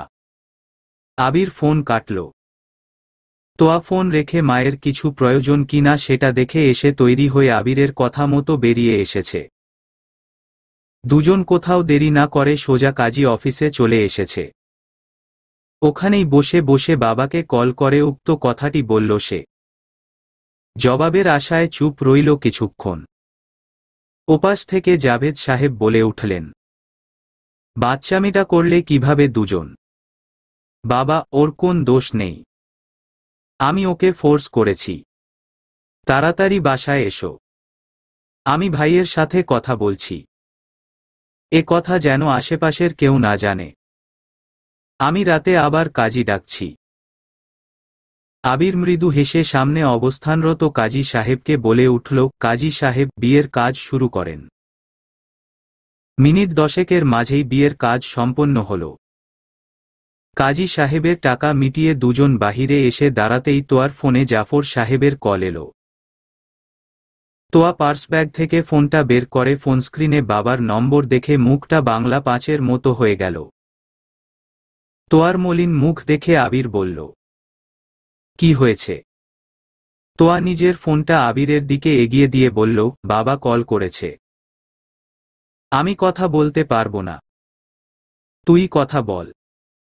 আবির তোয়ার হাত থেকে ফোনটা নিয়ে কল রিসিভ করল। ওপাশ থেকে জাফর সাহেবের কণ্ঠস্বর ভেসে এলো, তোয়া। আবির সহসা জবাবে বলল, আসসালামু আলাইকুম। তোয়ার বর বলছি। কাঁচা কঞ্চির মায়ের অনেকদিন পিঠে পড়েনি তোমার। কি সব গাধার মতো কাজ করলে দুজন? আছো কোথায়? বিয়ে করে নিয়েছো সত্যি সত্যি? আবির তোয়ার দিকে তাকিয়ে মুচকি হেসে বলল, জি, গাধামিটা করেই ফেললাম। কাজ সেরে কাজী অফিসের সামনে দাঁড়িয়ে আছি। সামনেই বাইক। বউকে নিয়ে ঘণ্টাখানেকের একটা ট্যুর দিব। রাতে ফিরে আসছি। জাফর সাহেব গলার স্বর নরম করলেন।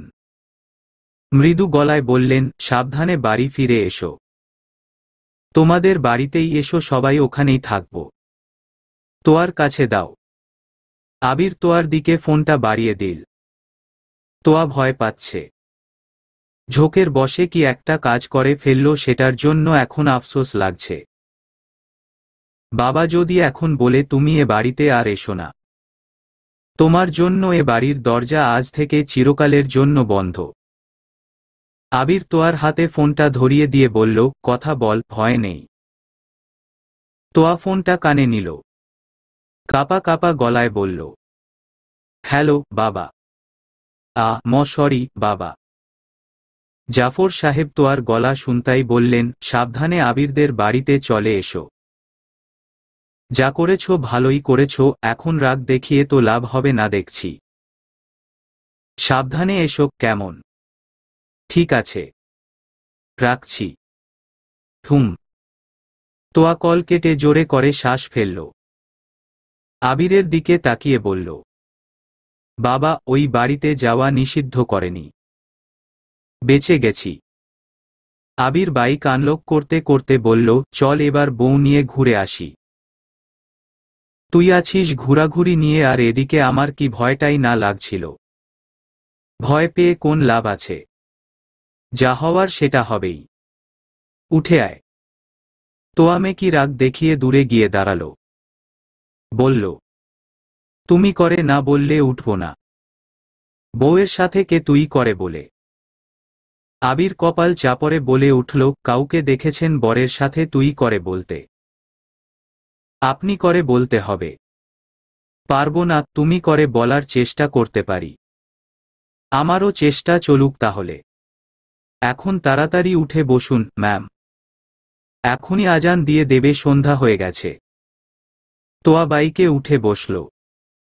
বাইক চলতে শুরু করল নিজ গতিতে। সূর্য ডুবেছে অনেক আগেই।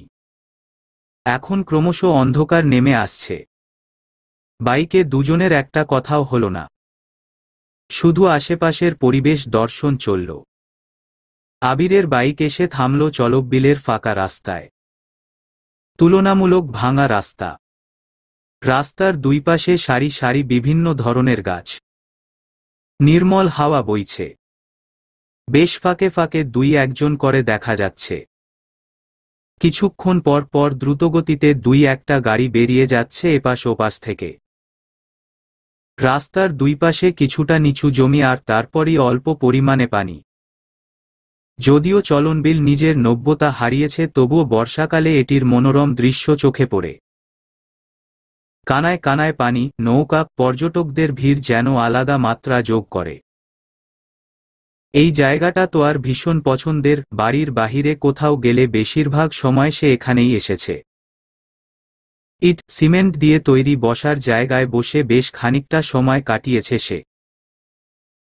বাইক থেকে নেমেই রাস্তা থেকে নিচের দিকে নামতে শুরু করল সে। ঢালু জায়গায় দাঁড়িয়ে আবিরকে উদ্দেশ্য করে বলল, নতুন জীবন আমার পছন্দের জায়গা থেকে শুরু হলো যেন। তোকে অনেক ধন্যবাদ আবির। আবির বাইক লক করে নিজেও তোয়ার পাশে এসে দাঁড়াল। হাতের ডান দিকে বসার জায়গা দেখিয়ে বলল, বসবি ওখানে। বসলে আর এই বাতাস ছেড়ে উঠতে ইচ্ছে করবে না, ঘুম পেয়ে যাবে। আমি ঘুমোতে দিব না, আয়। মনে নেই 3-4 মাস তুই রাতে ঘুমোতে পারবি না। সন্ধ্যা পর মানে তো রাতই হলো। তোয়া হাতের পার্সব্যাগটা দিয়ে আবিরকে আঘাত করে বলল, এত নির্লজ্জ কেন তুই? আবির হাসতে হাসতে বলল, বউয়ের কাছে কে সাধু ভাই? অসভ্য তুই। অসভ্যের মতো একটা কাজও করিনি। কিছু না দেখেই এই টকমা। দূরে থাক। বলেই তোয়া ধীরে ধীরে ওপরের দিকে উঠে এসে বসল। আবিরও এক মুহূর্ত দেরি না করে তোয়ার পাশে বসতেই তোয়া বলল, কাছে আসবি না, 1 হাত দূরত্ব বজায় রাখবি। আবির তোয়ার কনুইয়ের অংশ ধরে তাকেই নিজের দিকে টেনে এনে বলল, আমি না গেলাম তোকে তো আনতেই পারি। ভালোবেসেছি, দূরত্ব সহ্য করেছি, শেষমেশ এত এত কাঠখড় পুতারা চিহ্ন রিয়ে বিয়ে করেছি কি দূরে দূরে থাকার জন্য। সত্যি সত্যি দূরত্ব বাড়ালে এবার কাঁদতে হবে। মনে নেই কিছুদিন আগের কথা? নতুন বউ তুই।